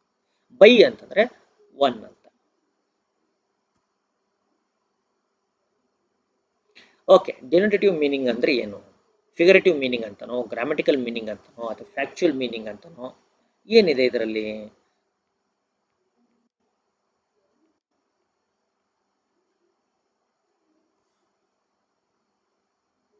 ಓಕೆ, ಭಾಳ ಜನ ಇಲ್ಲೂ ಕೂಡ ಆನ್ಸರ್ಸ್ ಅಲ್ಲ. ಗ್ರಾಮೆಟಿಕಲ್ ಮೀನಿಂಗ್ ಡೆನಿಟಿವ್ ಅಂದ್ರೆ ಗ್ರಾಮೆಟಿಕಲ್ ಅಂತ some people say factual meaning or basic meaning ಅಂತ ಹೇಳ್ತಾರೆ, ಫಿಗರೇಟಿವ್ ಮೀನಿಂಗ್ ಅಂತ ಹೇಳ್ತಾರೆ. Okay, anyway the right answer is factual meaning or basic meaning. For example, ಈಗ ನೋಡಿ, flowers are blooming in our campus ಅಂತ ಒಂದು ಸೆಂಟೆನ್ಸ್ ಇದೆ. Flowers are blooming in our campus ಅಂದ ತಕ್ಷಣ ಈ ಫ್ಲವರ್ಸ್ ಅಂದ್ರೆ ಏನು ಅನ್ಕೊಳ್ತೀರಾ? Flowers, okay, which are colourful, which are having fragrance, ಇದನ್ನು ಫ್ಲವರ್ಸ್ ಅನ್ಕೊಳ್ತೀರಾ. ಇಫ್ ಇದೇ ಫ್ಲವರ್ಸ್ ಅನ್ನು ನಾವು ಇಫ್ ವಿ ಸಿ ಗರ್ಲ್ಸ್ ಅನ್ಕೊಂಡ್ರೆ, ಇಫ್ ವಿ ಅದನ್ನ ಒಳ ಅರ್ಥ ಅಂತ ಹೇಳ್ತೀವಿ. ಫ್ಲವರ್ಸ್ ಅಂದ್ರೆ ಗರ್ಲ್ಸ್ ಅಂತ ಅನ್ಕೊಳ್ತೀವಿ. ಒಳ ಅರ್ಥ ಅನ್ನೋಕ್ಕಿಂತ ಅದನ್ನ ಕೆನಟೇಟಿವ್ ಮೀನಿಂಗ್ ಅಂತ ಹೇಳ್ತೀವಿ. ಡೆನೋಟೇಟಿವ್ ಮೀನಿಂಗ್ ಅಂದ್ರೆ ಫ್ಲವರ್ಸ್ ಅಂದ್ರೆ ಏನು? ಇವುಗಳೇನೋ ಫ್ಲವರ್ಸ್ ಅಂತ ಕರಿತೀವಿ. ದಟ್ ಆ ಫ್ಲವರ್ಸ್ ಅಂದ್ರೆ ಏನಂದ್ರೆ ಬೇಸಿಕ್ ಮೀನಿಂಗ್ ಏನಿರುತ್ತೆ, ಆ ಬೇಸಿಕ್ ಮೀನಿಂಗ್ ಅನ್ನ ತಿಳ್ಕೊಳ್ಳೋದಕ್ಕೆ ನಾವು ಅದನ್ನ ಡಿನೋಟೇಟಿವ್ ಮೀನಿಂಗ್ ಅಂತೀವಿ. ಕೆನಟೇಟಿವ್ ಮೀನಿಂಗ್ ಅಂದ್ರೆ ಏನಾಗುತ್ತೆ? ಗರ್ಲ್ಸ್ ಅಂತ ನೀವು ಕೆನಟೇಟಿವ್ ಮೀನಿಂಗ್ ಮಾಡ್ಕೋಬಹುದು. ಓಕೆ, ಹಾಗಾಗಿ ಇಲ್ಲಿ ಆನ್ಸರ್ ಯಾವ್ದಾಗುತ್ತೆ? ಆಪ್ಷನ್ ಸಿ ಆಗುತ್ತೆ. ಒಂದು ಸಣ್ಣ ಉದಾಹರಣೆ ಕೊಟ್ಟೆ ನೋಡಿ. ವೈಲ್ ಡಿನೋಟೇಷನ್ ಬಗ್ಗೆ ಗೊತ್ತಾಗಬೇಕಲ್ಲ. is a literal meaning of the word. Literal meaning ಅಂದ್ರೆ ಏನು? ನೀವು when you open the dictionary open ಮಾಡಿದ ತಕ್ಷಣ ಅದರ ಮೀನಿಂಗ್ ಏನಿರುತ್ತೆ ಲಿಟರಲ್ ಮೀನಿಂಗ್ ಕೊಡ್ತಾರೆ.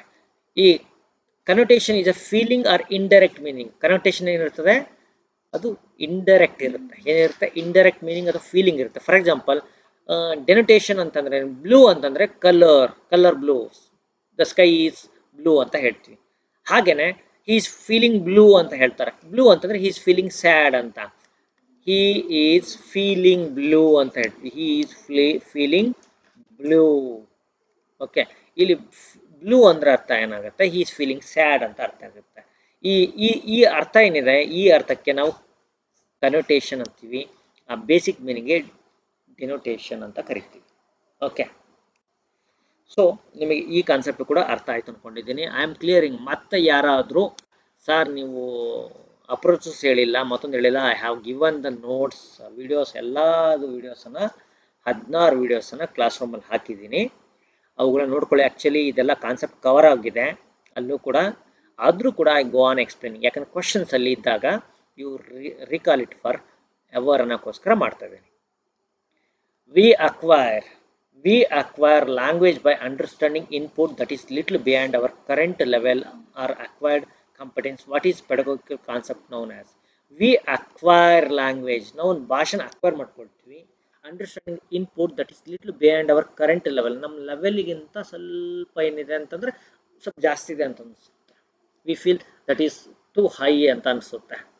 ಓಕೆ, ಈ ರೀತಿ ಟೂ ಹೈ ಅಂತ ಅನ್ಸುತ್ತೆ. ನಮ್ಮ ಲೆವೆಲ್ಗಿಂತ ಟೂ ಹೈ ಅಂತ ಫೀಲ್ ಮಾಡ್ತೀವಿ ಕೆಲವು ಟೈಮ್. ಸಮ್ಟೈಮ್ಸ್ ವಿ ಫೀಲ್ ಹೌದಾ.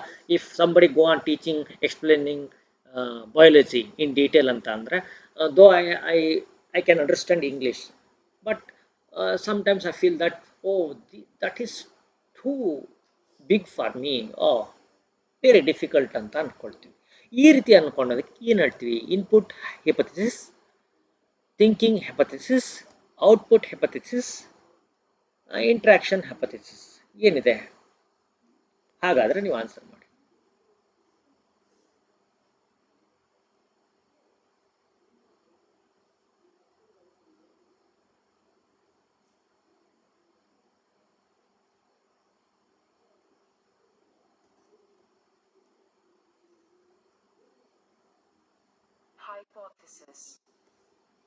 Hypothesis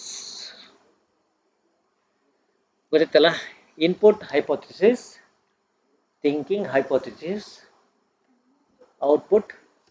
read something.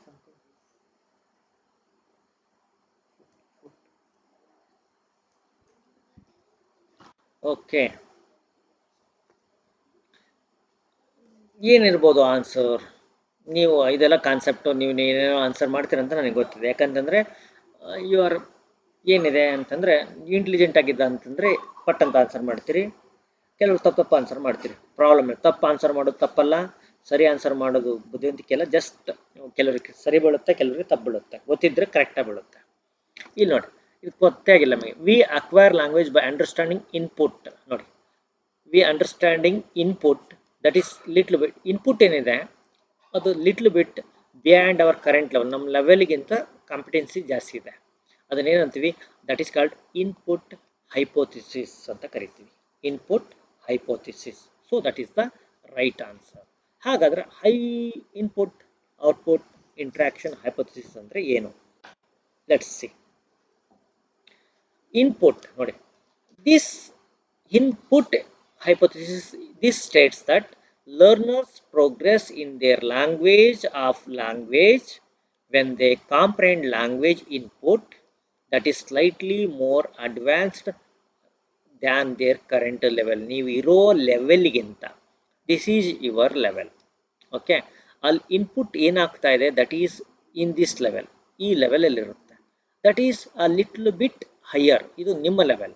This is your current level. Okay, ಆ ಇನ್ಪುಟ್ ಆಗ್ತಾ ಇರೋದೇನಿದೆ ಅದು ಒಂದು ಹೈಯರ್ ಲೆವೆಲ್ ಇದೆ, ಸ್ವಲ್ಪ ಸ್ಲೈಟ್ಲಿ ಹೈಯರ್ ಇದೆ. ಓಕೆ, ಈ ರೀತಿ ಸ್ಲೈಟ್ಲಿ ಹೈಯರ್ ಇದ್ದ ಅಂತಂದರೆ ಅದನ್ನು ಇನ್ಪುಟ್ ಹೈಪೋಥಿಸಿಸ್ ಅಂತ ಕರೀತಾರೆ. ದಟ್ಸ್ ಇಟ್, ಮತ್ತೇನಿಲ್ಲ. ಅಂದರೆ ಇದು ಯೂಶಲಿ ಲರ್ನರ್ಸ್ ಪ್ರೋಗ್ರೆಸ್ಸಲ್ಲಿ ಆಗುತ್ತೆ. When I go on teaching, ಕೆಲವ್ರಿಗೆ ನನ್ನ ಇನ್ ದ ಬಿಗಿನಿಂಗ್, ಈಗ most of the time YouTube ಮೇಲೆ ಆಸ್ ಐ ಸಿ GPSTR ಅಂತ ಹೇಳೋ ವಿಚಾರದಲ್ಲಿ ಅವ್ರು ಏನು ಮಾಡ್ತಾರೆ, they go on teaching very familiar things. ಎಲ್ಲರಿಗೂ ಅರ್ಥ ಆಗೋ ಹಾಗೆ ತುಂಬ ಫೆಮಿಲಿಯರ್ ಥಿಂಗ್ಸನ್ನು ಟೀಚ್ ಮಾಡ್ತಾರೆ. And everybody think that oh these class are very much understandable, ತುಂಬ ಅರ್ಥ ಆಗುತ್ತೆ, ವೆರಿ ಗುಡ್ ಅಂತಾರೆ. ಬಟ್ ಎಕ್ಸಾಮಲ್ಲಿ ಯಾವಾಗಲೂ ಏನಿರುತ್ತೆ, you have to be one step ahead. ಎಲ್ಲರಿಗಿಂತ ಒಂದು ಸ್ಟೆಪ್ ಅಹೆಡ್ ಇದ್ದರೆ ಅಪಾಯಿಂಟ್ಮೆಂಟ್ ಆಗ್ತೀರಾ. Learning the things which are familiar, ಗೊತ್ತಿರೋ ವಿಚಾರಗಳನ್ನ ತಿಳ್ಕೊಳ್ತಾ ಇದ್ದಾಗ ವಿಲ್ ಸ್ಟೇ ದೇರ್, ಎಲ್ಲ ಜನರಲ್ ಪಬ್ಲಿಕ್ ಜೊತೆಗೆ ಇರ್ತೀರ. Okay, if you want to one step ahead, you have to study advance ಲೆವೆಲಲ್ಲಿ ಸ್ಟಡಿ ಮಾಡ್ಕೋಬೇಕಾಗತ್ತೆ. Yes, your exam is not up to that high level. ಕೆಲವರು ನಾನು ಮೊನ್ನೆ ಕಂಪ್ಯೂಟರ್ ಕ್ಲಾಸ್ ಹೇಳ್ತಾ ಇದ್ದೆ, some people at the end of the class ಒಬ್ರು ಕೇಳಿದರು, sir ಇಷ್ಟಕ್ಕೊಂದೆಲ್ಲ ಡೆಪ್ತಲ್ಲಿ ಕೇಳ್ತಾರಾ? Yes, prepare for tough situation, you can handle for slightly easy situation. If you prepare yourself for easy situation prepare ಆಗಿದ್ದರೆ, how can you handle tough situations? Sir ಹಾಗೇನೆ ನೀವು ಅವಾಗ free class ಕೊಡ್ತೀರಲ್ಲ, ಅಷ್ಟು ನೋಡ್ಕೊಂಡು cover ಆಗ್ತಿದ್ದೀನಿ sir, ಭಾಳ ಹುಷಾರಿದ್ದೀನಿ ಅಂತ ಅಂತಾರೆ. Okay, good luck, stick to that. ಯಾರು ಗ್ರೂಪ್ನಲ್ಲಿದ್ದಾರೆ, ಪೇಡ್ ಗ್ರೂಪಲ್ಲಿದ್ದಾರೆ, ಅವ್ರಿಗೆ ಗೊತ್ತಿದೆ ವಾಟ್ ಆರ್ ದೋಸ್ 500 ಕ್ಲಾಸಸ್, ಅವುಗಳು ಎಷ್ಟು ಇಂಪಾರ್ಟೆಂಟ್ ಇದೆ. ಹೌ ದೇ ಟ್ಯೂನ್ ಯು, ನಿಮ್ಮನ್ನು ಹೇಗೆ ಟ್ಯೂನ್ ಮಾಡುತ್ತೆ. How these classes will tune you. Advance level classes ಇದೆ, ದೇ ವಿಲ್ ನೆವರ್ ರಿಯಲೈಸ್. ಹೀಗಾಗುತ್ತೆ. ಹಾಗೇನೆ ಔಟ್ಪುಟ್ ಹೈಪೋಥಿಸಿಸ್ ಇದೆ. One of the theory of language acquisition is comprehensible output hypothesis, developed by Merrill Swain ಅನ್ನೋರು ಇದನ್ನು develop ಮಾಡಿದ್ದಾರೆ. ನಿಮಗೆ ಇದ್ರ ಮೇಲೆ ಕೇಳಲ್ಲ, ಇರಲಿ, ತಲೆಯಲ್ಲಿ ಒಂದು ವರ್ಡ್ ಹೋಗ್ಲಿ ಒಳಗಡೆ, ಏನಾಗಲ್ಲ. The comprehensible output CO hypothesis states that learning takes place when learners encounter a gap in their linguistic knowledge of the second language. ನೋಡಿ, ನೀವು ಸೆಕೆಂಡ್ ಲ್ಯಾಂಗ್ವೇಜಲ್ಲಿ ಒಂದು ಗ್ಯಾಪ್ ಇರುತ್ತೆ, ಕಂಪ್ಲೀಟ್ ಇದು ಫಿಲ್ ಆಗಲ್ಲ. ವೆನ್ ದಿಸ್ ಗ್ಯಾಪ್ ಏನಿದೆ, ಟೀಚರ್ ಹೇಳ್ತಿರೋದಕ್ಕೂ ಮತ್ತು ಇರೋದ್ರ ನಡುವೆ, ನಿಮ್ಮ ತಲೆಯಲ್ಲಿ ಇರೋದ್ರ ನಡುವೆ ಒಂದು ಗ್ಯಾಪ್ ಇರುತ್ತೆ. ಈ ಗ್ಯಾಪ್ನ ಫಿಲ್ ಮಾಡೋದಕ್ಕೋಸ್ಕರ ನೀವು ಟ್ರೈ ಏನು ಮಾಡ್ತೀರಲ್ಲ, this is the learning. Teacher ಕೊಡ್ತಿರೋದು ಅಲ್ಲ, ಅಥವಾ ನಿಮ್ಮ ಈಗಿರೋದು ಅಲ್ಲ. ಈ ಗ್ಯಾಪ್ ಏನಿದೆ ಅಲ್ಲ, ಈ ಗ್ಯಾಪ್ ಏನು ಮಾಡುತ್ತೆ, ನಿಮ್ಮನ್ನು ಲರ್ನಿಂಗಿಗೆ ಪುಷ್ ಮಾಡುತ್ತೆ. That is very important. ಹಾಗೆ as a result Long's interaction, ಮತ್ತೊಂದು ಇಂಟ್ರಾಕ್ಷನ್ ಹೈಪೋಥಿಸಿಸ್ ಅಂತ ಇದೆ, ಇದು ಲಾಂಗ್ಸ್ ಡೆವಲಪ್ ಮಾಡಿದ್ದಾರೆ. ಇಲ್ಲೇನಾಗುತ್ತೆ, which doesn't refute but rather fills in perceived gaps in Krashen's input hypothesis. ಇದು ಇನ್ಪುಟ್ ಹೈಪೋಥಿಸಿಸ್ ಬಗ್ಗೆ ಹೇಳ್ತಾರೋ ಕ್ರಾಷನ್, ಹೌದಾ? ಕ್ರಾಷನ್ ಇನ್ಪುಟ್ ಹೈಪೋಥಿಸಿಸ್ ಬಗ್ಗೆ ಹೇಳ್ತಾರೆ, ಔಟ್ಪುಟ್ ಬಗ್ಗೆ ಮೆರಿಲ್ ಸ್ವೇನ್ ಅನ್ನೋರು ಹೇಳ್ತಾರೆ. ಈ ಲಾಂಗ್ ಅನ್ನುವಂಥ ವ್ಯಕ್ತಿ ಇಂಟ್ರಾಕ್ಷನ್ ಹೈಪೋಥಿಸಿಸ್ ಬಗ್ಗೆ ಹೇಳ್ತಾರೆ, which doesn't refute but rather fills in perceived gaps in Krashen's input hypothesis suggest that comprehensible input is important but the negotiation created by interactions between speaker and audience are essential component in promoting language acquisition. ಏನು ಹೇಳ್ತಾರೆ ನೋಡಿ, suggests that comprehensible input is important. ಅರ್ಥ ಆಗೋಗೆ input ಮಾಡೋದು very very important ಹೇಳ್ತಾರೆ. But negotiation created by interaction between the speaker and the audience are essential component in the promoting language. ಒಂದು language promote ಆಗಬೇಕು ಅಂತಂದ್ರೆ ಏನಾಗಬೇಕು? Interaction should be there. Through interaction language acquisition enhances, improves ಅಂತ ಇದೆ. ನಮ್ಮ ನೋಡಿ, ನಮ್ಮ 6361153623 ನಂಬರ್ ಇದೆ. ಇದಕ್ಕೆ ಪೇಮೆಂಟ್ ಮಾಡಬೇಕು 2500. ಹಾಗೆ ಸ್ಕ್ರೀನ್ ಶಾಟನ್ನು 8217670405 ನಂಬರಿಗೆ ಕಳಿಸ್ಬೇಕು. ನಾವು 200 ಪ್ಲಸ್ ಇಂಗ್ಲೀಷ್ ವಿಡಿಯೋಸ್ ಮತ್ತು ನೋಟ್ಸ್ಗಳನ್ನ ಕಳಿಸ್ಕೊಡ್ತೀವಿ. ಹಾಗೆ 300 ಪ್ಲಸ್ ಏನಾಗುತ್ತೆ ಪೇಪರ್ 1 ಮತ್ತು ಪೇಪರ್ 3ಗೆ ಸಂಬಂಧಪಟ್ಟಂಗೆ ಕ್ಲಾಸಸ್, ಅಂದರೆ ಇಂಗ್ಲೀಷ್ನವ್ರಿಗೆ ಪೇಪರ್ 3 ಬೇಕಾಗಲ್ಲ, ಪೇಪರ್ 1 ಮತ್ತು ಸಂಬಂಧಪಟ್ಟಂಗೆ 300 ವಿಡಿಯೋಸ್ ಮತ್ತು ನೋಟ್ಸ್ ಇರುತ್ತೆ. ಇದು ನಾವು ಬೇಸಿಕಲ್ಲಿ ಕಳಿಸ್ಕೊಡ್ತೀವಿ. ಆನಂತರ ಈ ಕ್ಲಾಸಸ್ಗಳು ನಡೀತಾನೆ ಇರುತ್ತೆ. ಈ ನಂಬರು ದಾಟಿ ಎಲ್ಲೋ ಮುಂದೋಗಿದ್ದೀವಿ. We have crossed this number. Okay, ಇದೆಲ್ಲ ನಿಮಗೆ ಗೊತ್ತಾಯಿತು. ಈಗ ನೆಕ್ಸ್ಟ್ ಕ್ವಶನ್ ಹೋಗೋಣ. What is the status given to English by the Indian constitution? Indian constitution ಪ್ರಕಾರ ಏನಿದೆ ಸ್ಟೇಟಸ್? ನ್ಯಾಷನಲ್ ಲ್ಯಾಂಗ್ವೇಜ್ ಅಂತೀವ, ಲಿಂಕ್ ಲ್ಯಾಂಗ್ವೇಜ್ ಅಂತೀವ, ಅಥವಾ ಅಫಿಷಿಯಲ್ ಲ್ಯಾಂಗ್ವೇಜ್ ಅಥವಾ ಅಸೋಸಿಯೇಟ್ ಅಫಿಷಿಯಲ್ ಲ್ಯಾಂಗ್ವೇಜ್ ಏನಿದೆ? ಇದೊಂದು ಲ್ಯಾಂಗ್ವೇಜಿಗೆ ಸಂಬಂಧಪಟ್ಟಂತ ಒಂದು ಕ್ವಶನ್ ಕೇಳ್ತಾ ಇರ್ತಾರೆ ಎವ್ರಿ ಇಯರ್. ಸೊ ಈ ಸ್ಟೇಟಸ್ ಆಫ್ ಇಂಗ್ಲೀಷ್ ಏನಿದೆ ಇಷ್ಟರ ಗೊತ್ತಿರಬೇಕಲ್ವಾ? ಏನಿದೆ ಬೇಗ ಆನ್ಸರ್ ಮಾಡಿ. ಇದೇನು ದೊಡ್ಡ ಕ್ವಶನ್ ಏನಲ್ಲ, ಜನರಲ್ ಕ್ವಶನ್ ಇದೆ. You should have this. ಇದು ನಿಮ್ಮ ತಲೆಯಲ್ಲಿ ಇರಬೇಕು.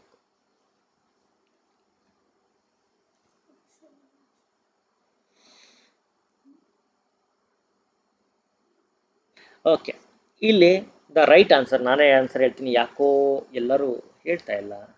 ಹಾಗೆ ಲೈಕ್ ಮಾಡೋರು ನೋಡಿ, very few members like this video. ಭಾಳ ಜನಕ್ಕೆ ಇಷ್ಟ ಆಗಿಲ್ಲ ಅಂತ ಕಾಣಿಸುತ್ತೆ. Okay, that's it, no problem.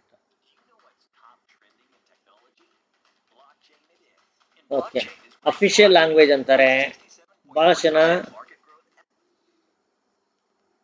Okay, no problem. The right answer is associate official language. ನಾವು ಭಾಳಷ್ಟು ಜನ ಕೇಳಿರ್ತೀವಿ, ಓ ಇಂಗ್ಲೀಷ್ ಇಸ್ ಅಫಿಷಿಯಲ್ ಲ್ಯಾಂಗ್ವೇಜ್ ಅಂತ. But it's not official language, it is associate official language of India. Associate ಇದೆ ಹೊರತು main official language ಅಲ್ಲ.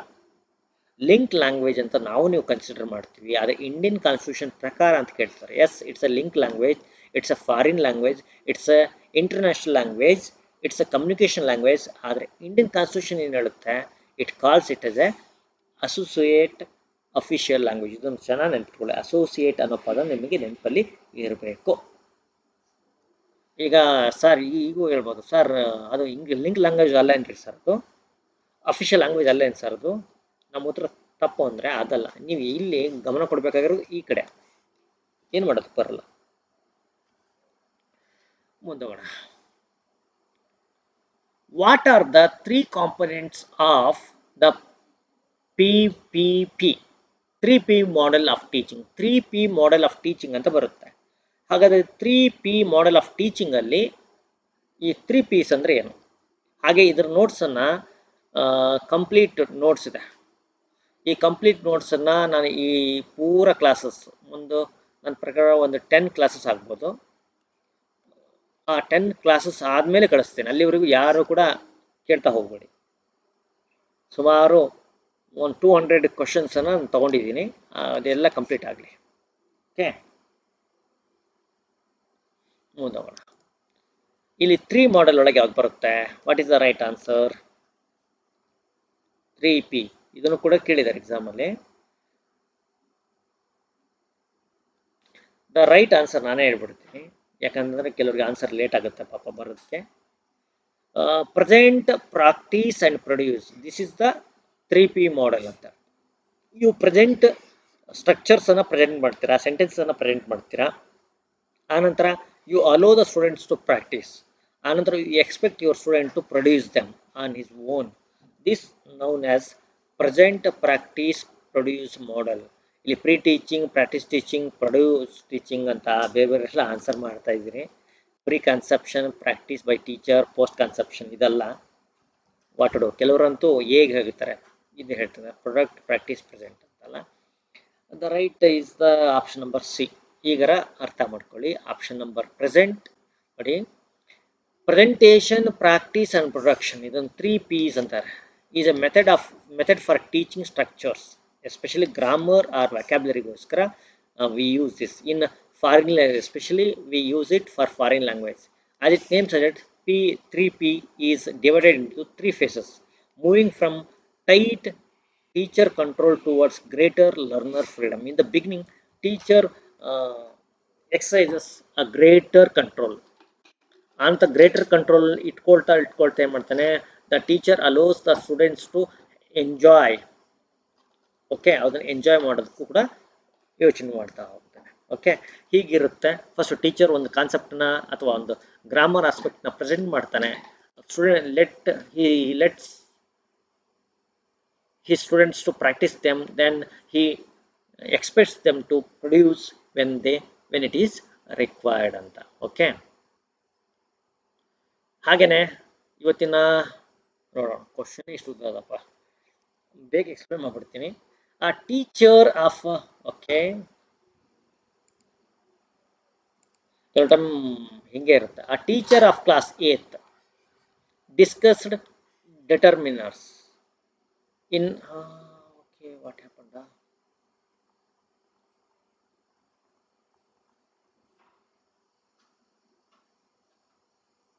In our classroom through short text, one short text in which determiners occurs many times and learners were made to notice them in use.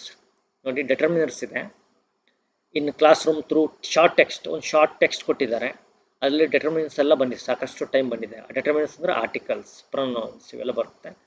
Learners were made notice them, ಒಂದು text ಕೊಟ್ಟು ಅದರಲ್ಲಿ ಅವರು concept ಇದನ್ನು ಡೆಟರ್ಮಿನರ್ಸನ್ನು teach ಮಾಡಿಸಿದ್ದಾರೆ.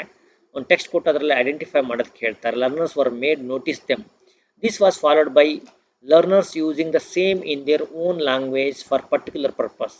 ಆನಂತರ ಏನು ಮಾಡ್ತಾರೆ, ಒಂದು ಏನೋ ಒಂದು ಪರ್ಟಿಕ್ಯುಲರ್ ಪರ್ಪಸ್ಸಿಗೆ ಸ್ಟೂಡೆಂಟ್ಸ್ ಅವನ್ನ ಯುಟಿಲೈಸ್ ಮಾಡ್ತಾರೆ. The teacher then brought the notice of the learners the uses of determiners in the context. What strategy did the teacher employ in her class room? Teacher first determiners ಬಗ್ಗೆ ಹೇಳ್ತಾರೆ. Okay, ಆನಂತರ ಒಂದು context ಕೊಟ್ಟು ಅಲ್ಲಿ utilise ಮಾಡಿ ಅಂತ ಹೇಳ್ತಾರೆ. Okay, ಈ ಸ್ಟ್ರಾಟಜಿನ ಏನಂತಾರೆ?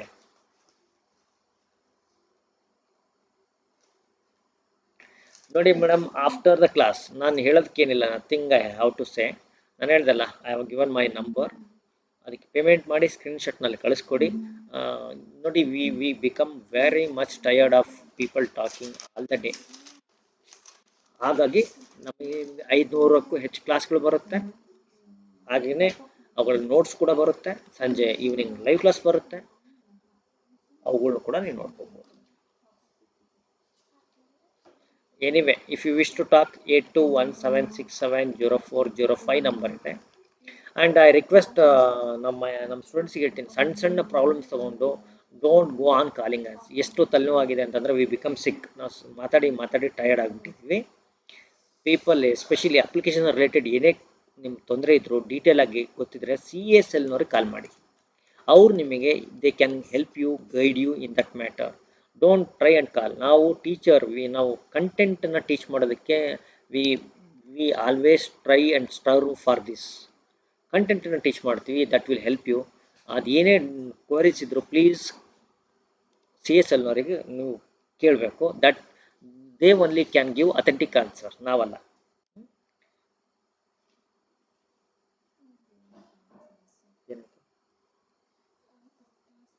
ಓಕೆ, ವೇಟ್ ಮಾಡಿ.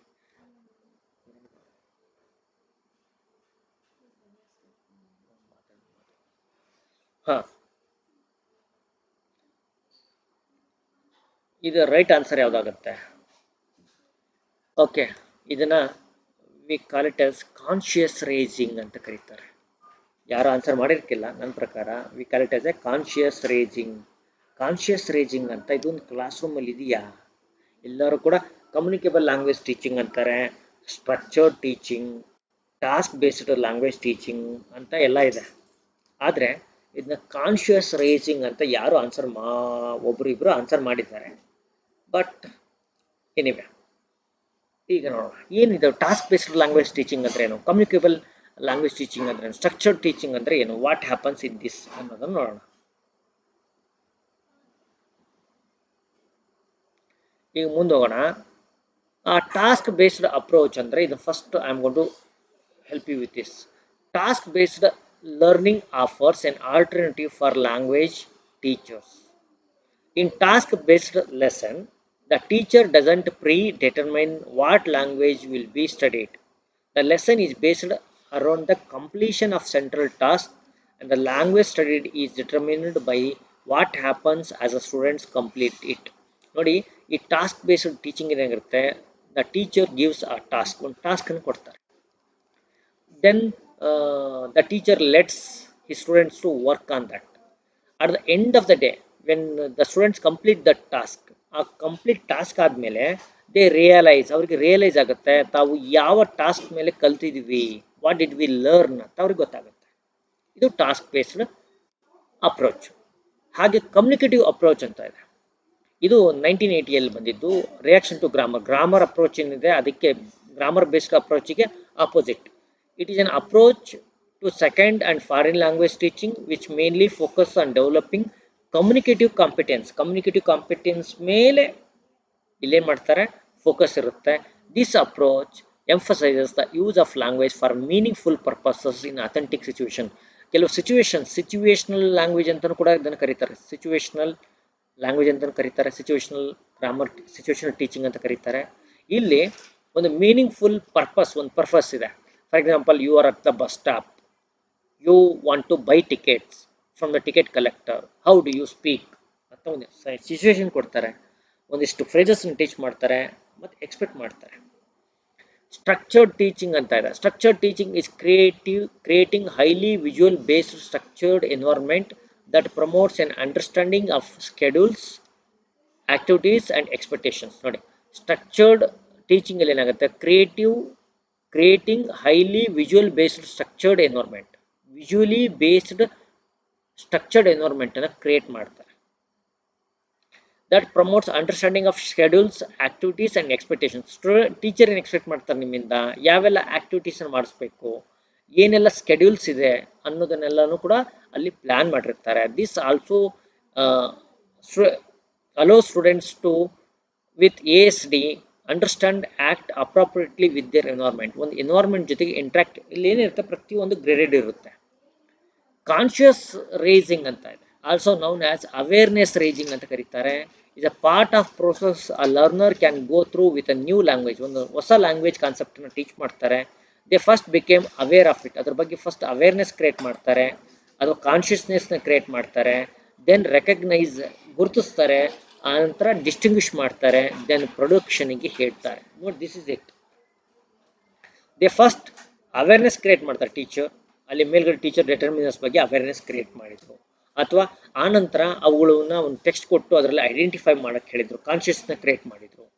ದೆನ್ ಅವನ್ನ ರೆಕಗ್ನೈಸ್ ಮಾಡೋದಕ್ಕೆ, ಲೊಕೇಟ್ ಮಾಡೋದಕ್ಕೆ ಹೇಳಿದ್ರು, ಅವನ್ನ ಡಿಫ್ರೆನ್ಶಿಯೇಟ್ ಮಾಡೋದಕ್ಕೆ ಹೇಳಿದ್ರು. ಆನಂತರ ಅವುಗಳನ್ನು ಒಂದು ಸಿಚುವೇಶನಲ್ಲಿ ಬಳಸಿ ಅಂತ ಅಂದರು. ಇದನ್ನ ಏನಂತಾರೆ, ಪ್ರೊಡ್ಯೂಸ್ ಮಾಡೋದಕ್ಕೂ ಕೂಡ ಹೇಳಿದ್ರು. ಕಾನ್ಶಿಯಸ್ ರೇಜಿಂಗ್ ಅಂತ ಹೇಳ್ತಾರೆ. ಫಸ್ಟ್ ಟೈಮ್ ನೀವೆಲ್ಲ ಹೇಳ್ತಾ ಇರ್ಬೋದು ಅನ್ಕೊಂಡಿದ್ದೀನಿ.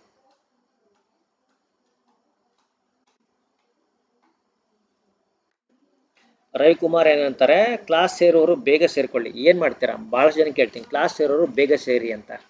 ಯಾಕೆ ನಾವು 2,500 ರೂಪಾಯಿ ಪೇಮೆಂಟ್ ಮಾಡಬೇಕು, what is the benefit of it ಅಂತ ಭಾಳ ಜನ ಗೊತ್ತಿಲ್ಲ.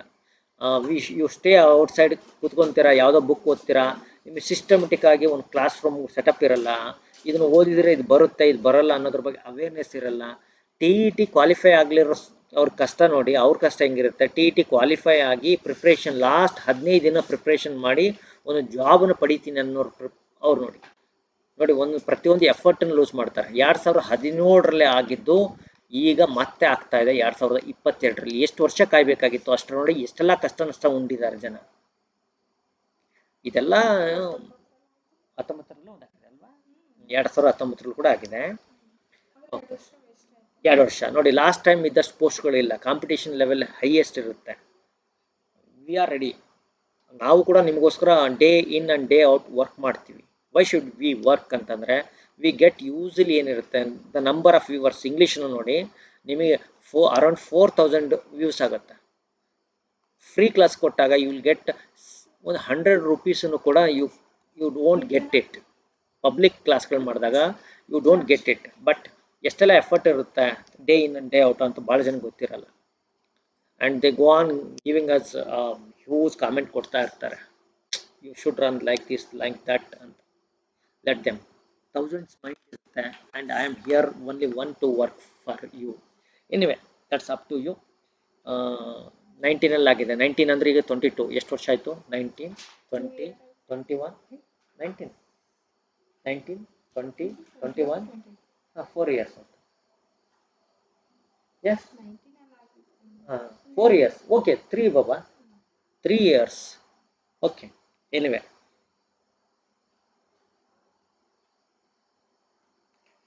Okay, anyway sir, notes after exams remove ಮಾಡ್ತಾರೆ. ಎಸ್ ಮಾಲಿಂಗ ಸರ್, ಎಲ್ಲ ರಿಮೂವ್ ಮಾಡ್ತೀವಿ. ನೀವು ಏನೇ ಆದರೂ ನಿಮಗೆ ಒಂದು ಟೈಮ್ ಕೊಟ್ಟಿದ್ವಿ. ಆ ಟೈಮ್ ಫ್ರೇಮಲ್ಲಿ you have to utilize them. We are going to remove. ಈಗ ಎಕ್ಸಾಮ್ ಮುಗಿದ್ಮೇಲೆ ನೀವು ಇಟ್ಕೊಳ್ತೀರ ಅಂತಂದರೆ you are not in comfort zone ಅಂತ ತೋರಿಸುತ್ತೆ. ಹೌದಾ? ಎಕ್ಸಾಮ್ ಮುಗಿದ್ಮೇಲೆ what do you do with that ಅಲ್ವಾ? ಹಾಗಾಗಿ ಎನಿವೆ, ಇನ್ನೂ ಸಾಕಷ್ಟು ಕ್ವಶನ್ಸ್ ಎಲ್ಲ ಇತ್ತು. ಅದಕ್ಕೆ ನಾನು ಎಕ್ಸ್ಪ್ಲೇಷನ್ ಪಾರ್ಟನ್ನು ಆ್ಯಡಪ್ ಮಾಡ್ಕೊಂಡಿಲ್ಲ, ಸೊ ದಟ್ ನಿಮಗೆ ಬೆಟರ್ ಅಂಡರ್ಸ್ಟ್ಯಾಂಡಿಂಗ್ ಕೊಡೋದಕ್ಕೆ ಆಗ್ತಾ ಇಲ್ಲ. ಹಾಗೆ ನಾಳೆ ಕ್ಲಾಸಲ್ಲಿ ಮತ್ತೆ ನಾನು ಕ್ಲಾಸನ್ನು ಶುರು ಮಾಡ್ತೀನಿ. I am going to teach you about these things. Anyway, thank you. ಇವತ್ತು ಸಾಕಷ್ಟು ಕಾನ್ಸೆಪ್ಟ್ ತಿಳ್ಕೊಂಡ್ವಿ ಅಂದ್ಕೊಂಡಿದ್ದೀನಿ. Thank you so much. Have a nice day. ಮತ್ತೆ ಸಿಗೋಣ ನಾಳೆ 8:30ಗೆ. We are going to meet again 8:30ಗೆ ಮೀಟ್ ಮಾಡೋಣ. Thank you so much. ಹಾಗೆಯೇ ಹೋಗ್ತಾ ಒಂದು ಕ್ವಶನ್ ಕೊಟ್ಟೋಗೋಣ. ನೀವು ಆನ್ಸರ್ ಮಾಡ್ತೀರಿ ಅಂದ್ಕೊಂಡಿದ್ದೀನಿ. ನಾನು ಕ್ವಶನ್ ಕೊಡ್ತೀನಿ, ಆನ್ಸರ್ ಮಾಡಿ. ನಾಳೆ ಹೆಂಗಿದ್ರೆ ಎಕ್ಸ್ಪ್ಲನೇಷನ್ ಜೊತೆಗೆ ಬರ್ತೀನಲ್ಲ. A teacher found some of the aspects of language learning, reading with understanding a text and scientific concept. ಒಬ್ಬರು ಟೀಚರ್ ಇದ್ದಾರೆ, found some aspects of language learning ಸಂಬಂಧಪಟ್ಟಂಥ ಕೆಲವು ಆಸ್ಪೆಕ್ಟ್ಗಳನ್ನು ಏನು ಮಾಡಿದ್ದಾರೆ, ಸಿಕ್ಕಿದವರಿಗೆ. ಅದರಲ್ಲೂ ಸ್ಪೆಷಲಿ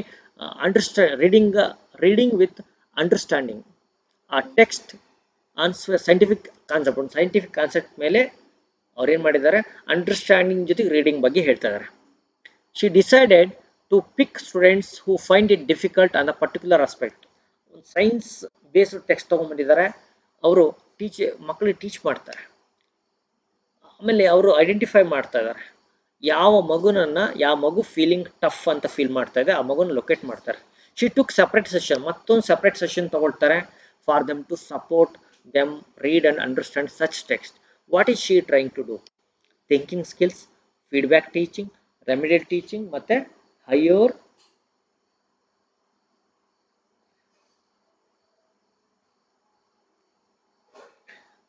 ಹೈಯರ್ ಆರ್ಡರ್ ಸ್ಕಿಲ್ಸ್ ಅಂತ. ಹಾಗಾದ್ರೆ ಏನು ಮಾಡೋಣ ನೋಡಿ, ನಾವು ಇದಕ್ಕೆ ಆನ್ಸರ್ ಹೇಳಲ್ಲ. ನಾನು ಭಾಳ ಜನಕ್ಕೆ ಕೆಲವು ವಿಚಾರಗಳನ್ನು ನಮ್ಮ ಸ್ಪೆಷಲಿ ಗ್ರೂಪಲ್ಲಿರೋರಿಗೆ ಹೇಳ್ತಿದ್ದೀನಿ. ನೋಡಿ, ಎಕ್ಸಾಮ್ ಟಫ್ ಆಗುತ್ತೋ ಈಸಿ ಬರುತ್ತೆ ಕ್ವಶನ್. ಎಷ್ಟು ಜನ ಕಾಂಪೀಟ್ ಮಾಡ್ತಾರೆ? ಆಮೇಲೆ ಯಾವುದು ಸೇಫೆಸ್ಟು ಡಿಸ್ಟಿಕ್ಕು, ಹಾಗೇನೆ ಯಾರೆಲ್ಲ ಬಂದು ಬರೀತಾರೆ, ಲಾಸ್ಟ್ ಇಯರ್ ಏನಾಗಿತ್ತು, ಲಾಸ್ಟ್ ಇಯರ್ ಅಲ್ಲಿ ಯಾರು ಕಾಂಪೀಟ್ ಮಾಡಿದ್ರು, ಏನು ಪರ್ಸೆಂಟೇಜ್ ಇಟ್ಕೊಂಡಿತ್ತು, ಆಮೇಲೆ ಅಲ್ಲೆಲ್ಲ ಯಾವ ಜಿಲ್ಲೆಯವ್ರು ಬುದ್ಧಿವಂತರು ಅಲ್ಲೆಲ್ಲ ಬರ್ತಾರೆ. ಇವುಗಳೆಲ್ಲ ನಿಮ್ಮ ಕೈಯಲ್ಲಿ ಇಲ್ಲದಂತಹ ಆಸ್ಪೆಕ್ಟ್ಗಳು. ನಿಮ್ಮ ಕೈಯಲ್ಲಿ ಇಲ್ಲದ್ರ ಬಗ್ಗೆ ಯೋಚನೆ ಮಾಡ್ತೀರಂತಂದರೆ you are losing your valuable time. ನೋಡಿ, you are losing your valuable time. You are losing your valuable time. ಅದರಲ್ಲೂ ಕೂಡ ನಾನು ಕೆಲವ್ರಿಗೆ ಕೆಲವು ಅವರ್ ಬ್ಯಾಚುಲರು ಕೆಲವೊಂದು ಹೆಣ್ಮಕ್ಳು ನಮ್ಮಲ್ಲಿ 90% 99% ಹೆಣ್ಮಕ್ಳಿದ್ದಾರೆ. ದಟ್ಸ್ ನಾನು ಹೇಳೋದಂತಂದರೆ ದೀಸ್ ಆರ್ ಅರೌಂಡ್ ಎಕ್ಸಾಮ್ ಸುತ್ತ ಇರೋವಂಥ ಈ ವರೀಸ್ ಏನಿದೆ, ಈ ವರೀಸು ನಿಮ್ಮನ್ನು ಎಲ್ಲಿಗೂ ತಗೊಂಡು ಮುಟ್ಟಲ್ಲ, ನಿಮ್ಮನ್ನು ಕರ್ಕೊಂಡೋಗಿ ಅದು ಎಲ್ಲಿ ಸೇರಿಸುತ್ತೆ, ಹಳ್ಳಕ್ಕೆ ಸೇರಿಸುತ್ತೆ. You are not going to excel with these. Try stop talking with your friends. ನಿಮ್ಮ ಫ್ರೆಂಡ್ಸ್ ಅನ್ನೆಸರಿ ಗಾಸಿಪ್ ಮಾಡುವಂಥ ನಿಮ್ಮ ಫ್ರೆಂಡ್ಸ್ಗಳನ್ನು ಅವ್ರ ಜೊತೆ ಮಾತಾಡೋದು ಬಿಡಿ. ಅನ್ನೆಸರಿ ವ್ಯೂಸಿಗೋಸ್ಕರ, ಫಾರ್ ವ್ಯೂಸ್ ಅಂತ ಒಂದು ಬರುತ್ತೆ, ವ್ಯೂಸಿಗೋಸ್ಕರ ದಿನ ಒಂದು ಮೆಸೇಜನ್ನು ಹಾಕ್ಕೊಳ್ತಾ ಹಿಂಗೆ ಮಾಡಿ, ಹಂಗೆ ಮಾಡಿದ್ರಿ ಹಿಂಗಾಗುತ್ತೆ, ಹಿಂಗೆ ಮಾಡಿದ್ರಿ ಹಿಂಗಾಗುತ್ತೆ ಅಂತ ಹೇಳ್ತಾರೆ ನೋಡಿ, ಅವುಗಳು ಚಾನಲ್ ಸುತ್ತಾನು ಬಿಡಿ. ನಿಮ್ಗೆ ಯಾವುದೋ ಕಂಟೆಂಟ್ ಚೆನ್ನಾಗಿದೆ, ಕಂಟೆಂಟ್ ಹೇಳ್ತಾ ಇದ್ದಾರೆ, ಅದು ಮಾಡಿ. ಎಕ್ಸಾಮಿಗೆ ಕಂಟೆಂಟ್ ಬೇಕು ಹೊರತು ಇವೆಲ್ಲ ವಿಚಾರಗಳೇನಿದೆ ನನ್ನ ಪ್ರಕಾರ I never did. Even you don't believe, I never talk to my friends about exam ಬಗ್ಗೆನೇ ಮಾತಾಡಿಲ್ಲ ಲೈಫಲ್ಲಿ. ಈವನ್ ನನ್ನ ನೋಟಿಫಿಕೇಶನಲ್ಲಿ ಪೂರ ಎಲ್ಲ ಏನಿದೆ ಕಥೆನೇ ಓದಕ್ಕೆ ಹೋಗಲಿಲ್ಲ. ಅಥವಾ ಎಷ್ಟು ಪೋಸ್ಟ್ ಇದೆ, ಎಲ್ಲಿ ಬರೀಬೇಕು, ಏನಿದೆ, ನಾವು we were blind to all those things. ನಮಗೆ ಒಂದೇ ಒಂದು ಎಕ್ಸಾಮಲ್ಲಿ ಹೋಗಬೇಕು, ನನ್ನಷ್ಟು ಬುದ್ಧಿವಂತ ಯಾರು ಇಲ್ಲ. Nobody is more intelligent than me. I am going to do well this time and I am going to get the job. That's it. I kept things very simple. ಎಷ್ಟು simple ಇಟ್ಕೊಳ್ತೀರೋ ಅಷ್ಟು excel ಆಗ್ತೀರಾ. ಎಷ್ಟು ನಿಮ್ಮನ್ನು ನೀವು complicate ಮಾಡ್ಕೊಳ್ತೀರೋ ಅಷ್ಟು. ಕೆಲವರಂತೂ ಹೋಗಿ 2003 ಪೇಪರ್ನೆಲ್ಲ ತೊಗೊಂಬಂದಿದ್ದಾರೆ. ಇವತ್ತು ಯಾರೋ ಒಬ್ರು ಹೇಳ್ತಾರೆ 2003 ಪೇಪರ್ನೆಲ್ಲ ತೊಗೊಂಬಂದಿದ್ದೀನಿ ಸರ್. ಈ ವರ್ಷ ಪ್ಯಾಟರ್ನ್ ಚೇಂಜ್ ಮಾಡಿದ್ದಾರೆ. 2017 ಒಂದು 19 ಪೇಪರ್ ಇದ್ದರೆ ನೋಡ್ಕೊಳ್ಳಿ. ಅದು ಸಿಕ್ಕರೆ ಹುಡುಕ್ತಾ ಕೂರ್ಬೇಡಿ. ನಾನು ಭಾಳ ಜನ ನೋಡಿದ್ದೀನಿ, ಎಲ್ಲೆಲ್ಲೋ ಅಡ್ರೆಸ್ ಇಲ್ಲ ಮಡ್ರಾಸ್ಗೆಲ್ಲ ಹೋಗಿ ತೊಗೊಂಬಂದಿದ್ದಾರೆ. Why are you going to do these things? ನೋಡಿ, ಎಕ್ಸಾಮ್ ಫಿಯರಿಂದ ನೀವು ಹೊರಗಡೆ ಬನ್ನಿ. ನೀವು ಎಕ್ಸಾಮ್ ಅನ್ನೋದಕ್ಕೆ ತಯಾರಿ ಮಾಡಿ. Just prepare yourselves. ಏನೆಲ್ಲ ತಯಾರಿ ಬೇಕು, ಏನೆಲ್ಲ ಕಾನ್ಸೆಪ್ಟ್ಗಳು ನೀವು ಕವರ್ ಆಗಿಲ್ಲ, ಕವರ್ ಆಗಿದ್ದ ಕಾನ್ಸೆಪ್ಟ್ ಯಾವುದಿದೆ, ಕವರ್ ಆಗಿಲ್ಲ ಕಾನ್ಸೆಪ್ಟ್ ಇದೆ, ಕವರ್ ಆಗಿಲ್ಲ ಕಾನ್ಸೆಪ್ಟ್ಗೆ ನಮ್ಮ ಸರ್ ಟೀಚರು ಪಾಠ ಮಾಡಿದಾರಾ ಇಲ್ವಾ, ಅಥವಾ ನನಗೆ ಎಲ್ಲರೂ ಬುಕ್ ಸಿಗುತ್ತಾ, ಒಂದು ಸಿಗಿ ಅದು ನೋಡ್ಕೊಂಡು ಓದ್ರಿ ಬಿಟ್ಟು ಆಮೇಲೆ 10 ಕೋಚಿಂಗ್ ಸೆಂಟ್ರಲ್ಲೂ ಸೇರ್ಕೊಂಡವ್ರಿದ್ದಾರೆ. ಆಮೇಲೆ ಇನ್ನೂ ಕೆಲವರು ಇನ್ನೊಂದು 15 ದಿನಕ್ಕೆ ಕೊನೆಯ 15 ದಿನಕ್ಕೋಸ್ಕರ ವೇಟ್ ಮಾಡ್ತಾ ಇದ್ದಾರೆ. ಓದೋಣ, ಲಾಸ್ಟ್ ಒಂದು ವೀಕ್ 15 ದಿನ ಸಾಕು ನನಗೆ. ಲಾಸ್ಟ್ ಟೈಮ್ ನಂದು 74.45 ಬಂದಿತ್ತು, ಜಸ್ಟ್ ಮಿಸ್ ಆಗಿದೆ. ಈ ಟೈಮ್ ಮಾಡ್ತೀನಿ. ಇವೆಲ್ಲ ಬಿಡಿ, ಜಸ್ಟ್ ನಿಮ್ಮ ಪ್ರಿಪ್ರೇಷನ್ ಮಾಡ್ಕೊಳ್ಳಿ, ವರ್ಕ್ ಮಾಡಿ ಆ್ಯಂಡ್ ಎಂಜಾಯ್. ನಾನು ಯಾವತ್ತು I never went for exam. ನಾನು ಎಕ್ಸಾಮಲ್ಲಿ ಎಷ್ಟು ಸ್ಯಾಲ್ರಿ ತಗೊಳ್ತದೆ ಅಂತ ನಾನು ಈಗಲೂ ಕೂಡ ವಾಟ್ ಈಸ್ ಮೈ ಬೇಸಿಕ್ ಅಂತ ಐ ಡೋಂಟ್ ನೋ. ಬರುತ್ತೆ, ಅಕೌಂಟಲ್ಲಿ ಬೀಳುತ್ತೆ, ಎಲ್ಲರಿಗೂ ಸಿಗಂಗೆ ನನಗೆ ಸಿಗುತ್ತೆ. Why should I worry? ನಾವು ಯಾವಾಗಲೂ ಏನು ಮಾಡಬೇಕು, you have to live in present. ಈಗ ಬದುಕಿ, ಮುಂದೆ ಆಗೋದ್ರಲ್ಲಿ ಬದುಕಬೇಡಿ. ಇವತ್ತಿನ ದಿನಾನ ನೀವು ಖತಮ್ ಮಾಡಿ, ಕರೆಕ್ಟಾಗಿ ಮುಗಿಸಾಕಿ. This is the some of the tips I can give. ಯಾರು ಕೂಡ ಅನ್ನೆಸರಿ ವರಿ ಮಾಡಿಕೊಂಡು ನನಗೆ ಕಾಲ್ ಮಾಡಿ ನಂದು 20 ನಿಮಿಷ 15 ನಿಮಿಷ ಮಾಡ್ತೀರಾ. ಕೆಲವು ಟೈಮ್ ನಾನು ತುಂಬ ಖಾರವಾಗಿ ಉತ್ತರ ಕೊಡ್ತೀನಿ, ಆಮೇಲೆ ಕೆಲವು ಟೈಮ್ ಬೇಸರ ಆಗುತ್ತೆ. ಹಾಗೆಲ್ಲ ಮಾಡಬೇಡಿ. ನಿಮ್ಮ ಎಕ್ಸಾಮ್ ಫಿಯರಿಂದ ಹೊರ ಬನ್ನಿ. You are not small children, you are capable teachers. ತುಂಬ ತಯಾರಿ ಮಾಡಿದ್ದೀರಾ. Why you are worrying so much? Unnecessary ಹೆಣ್ಮಕ್ಳು ಕೂಡ ಈ ವರಿ ಮಾಡ್ಕೊಂಡು ಸುಮಾರು ತೊಂದರೆ ಕೊಡ್ತಾ ಇದ್ದೀರಮ್ಮ. ನಿಮಗೂ ತೊಂದರೆ ಕೊಟ್ಕೊಳ್ತಾ ಇದ್ದೀರಾ, ನಮ್ಮನ್ನಂತೂ ಜೀವ ಜಾಲಾಡ್ತಾ ಇದ್ದೀರಾ. ನಿಮಗೆಲ್ಲರಿಗೂ ನಾವು ಇಬ್ಬರೇ ಇರೋದು, ಆದರೆ ನಮಗೆ ಸುಮಾರು ಜನ ಸ್ಟೂಡೆಂಟ್ಸ್ ಇದ್ದಾರೆ. ಇಲ್ಲಿಂದ ಮೂಲಿಂದ ಕಾಲ್ ಮಾಡ್ತಾರೆ, ಒಬ್ಬೊಬ್ರು 20 ನಿಮಿಷ ಮಾತಾಡ್ತಾರೆ. ಏನು ಮಾಡಲಿ? ಆದಷ್ಟು ಅದನ್ನೆಲ್ಲ ಬಿಡಿ, ಸುಮ್ಮನೆ ಕಮ್ಯುನಿಕೇಟ್ ಮಾಡ್ತಾ. ನಾನು ಭಾಳ ಜನ ನೋಡಿದ್ದೀನಿ, ಕಾಲ್ ಮಾಡ್ತಾನೇ ಇರ್ತಾರೆ. ಒಬ್ಬ ಫ್ರೆಂಡ್ಗೆ ಅವ್ರಿಗೆ ಕಾಲ್ ಮಾಡಿ, ನೀನೇನು ಮಾಡಿದ್ವಿ, ಇವನೇನು ಮಾಡಿದ್ವಿ. ಬೇಡ. ನಿಮ್ಮ ಫ್ರೆಂಡ್ ಮಾಡಿದರೆ ಅವನಿಗಾಯ್ತು. ಲಾಸ್ಟ್ ಇಯರ್ ಯಾರೋ ಗೋಲ್ಡ್ ರ್ಯಾಂಕ್ ಸ್ಟೂಡೆಂಟ್ ಇದ್ದಾನಂದ್ರೆ ಅವನಿಗಾಯ್ತು.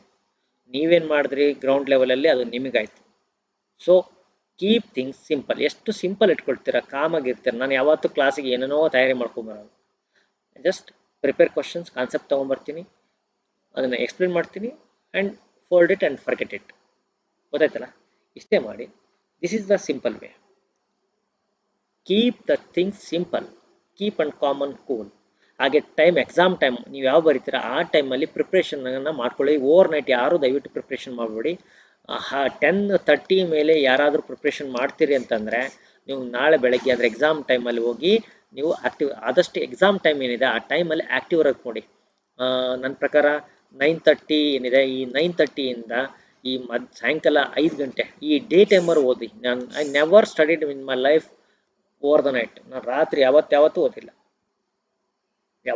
ಓದಿಲ್ಲ, ಎಕ್ಸಾಮ್ ಇನ್ನೊಂದು ವಾರ ತಿಂಗಳಿದೆ ಅಂತಂದ್ರೆ ಬಿಟ್ಕೊಟ್ಟು ಆರಾಮ್ ಕೂತಿದ್ದೀನಿ. ಯಾಕಂದರೆ I go on reading through out the year. ವರ್ಷ ಪೂರ್ತಿ ಓದ್ತೀವಿ, ಎಕ್ಸಾಮ್ ಟೈಮಲ್ಲಿ ಆರಾಮ್ಸೆ ಇರ್ತೀವಿ. ನಾನು ನಿಮ್ಗೆ ಹೇಳೋದೆಲ್ಲ ಹೇಳಿದ್ದೀನಿ. ನಿಮ್ಮ ಪ್ರಾಕ್ಟೀಸ್ ಇರುತ್ತೆ, ನಿಮ್ಮ ಲೈಫ್ ಸ್ಟೈಲ್ ಇರುತ್ತೆ. Go with that. ನಾನು ಯಾವ್ದಾದ್ರು ಒಂದು ಪದಗಳು ಯಾವ್ದಾದ್ರು ಒಂದು ಹರ್ಟ್ ಆಗಿದ್ದರೆ ಪ್ಲೀಸ್ ಎಕ್ಸ್ಕ್ಯೂಸ್ ಮೀ, ನನ್ನನ್ನು ಕ್ಷಮಿಸಿ. ನಾನು ನನಗೆ ಗೊತ್ತಿರೋ ವಿಚಾರ ಹೇಳಿದೆ. I am not a big thing here. ನಾನು ನಿಮ್ಮ ಥರ humble teacher. I am just doing my part. ನಾನು ಪಾರ್ಟ್ ಮಾಡ್ತಾ ಇದ್ದೀನಿ. ಯಾರು ಇಂಟ್ರೆಸ್ಟ್ ಇದೆ ಅವ್ರು ಜಾಯ್ನ್ ಆಗಿ ಕ್ಲಾಸ್ ತೊಗೊಳ್ತಾ ಇದ್ದಾರೆ. ಯಾರಿಗೆಲ್ಲ ಅದಿಲ್ಲ, that's up to them, that's their decision. I respect your decisions. Thank you so much. Unnecessary worry ಮಾಡಲ್ಲ, ನಮಗೆ ಕಾಲ್ ಮಾಡಿ ತೊಂದರೆ ಕೊಡಲ್ಲ, ಅಥವಾ ನೀವು ಇನ್ನೊಬ್ಬ ಫ್ರೆಂಡ್ಸ್ ನನ್ನಿಂದ ದೂರ ಇಟ್ಕೊಂಡು ಬೇರೆಯವರಿಗೆಲ್ಲ ಕಾಲ್ ಮಾಡಿ ಪ್ರೆಷರ್ ಆಗಬೇಡಿ. Okay, cool down. You are doing well. ನೀವು ಚೆನ್ನಾಗಿ ಮಾಡ್ತೀರಂತ ನನಗೆ ಭರವಸೆ ಇದೆ. ಅದಕ್ಕೇನು ಬೇಕು ಅದನ್ನೆಲ್ಲ ಮಾಡೋಣ. ಈ ಎಕ್ಸಾಮ್ ಇನ್ನೊಂದು 2-3 ದಿನದಲ್ಲಿ ಹಾಲಿಡೇಸ್ ಅನ್ನಿಸ್ತಾಗುತ್ತೆ. Let's see. Thank you.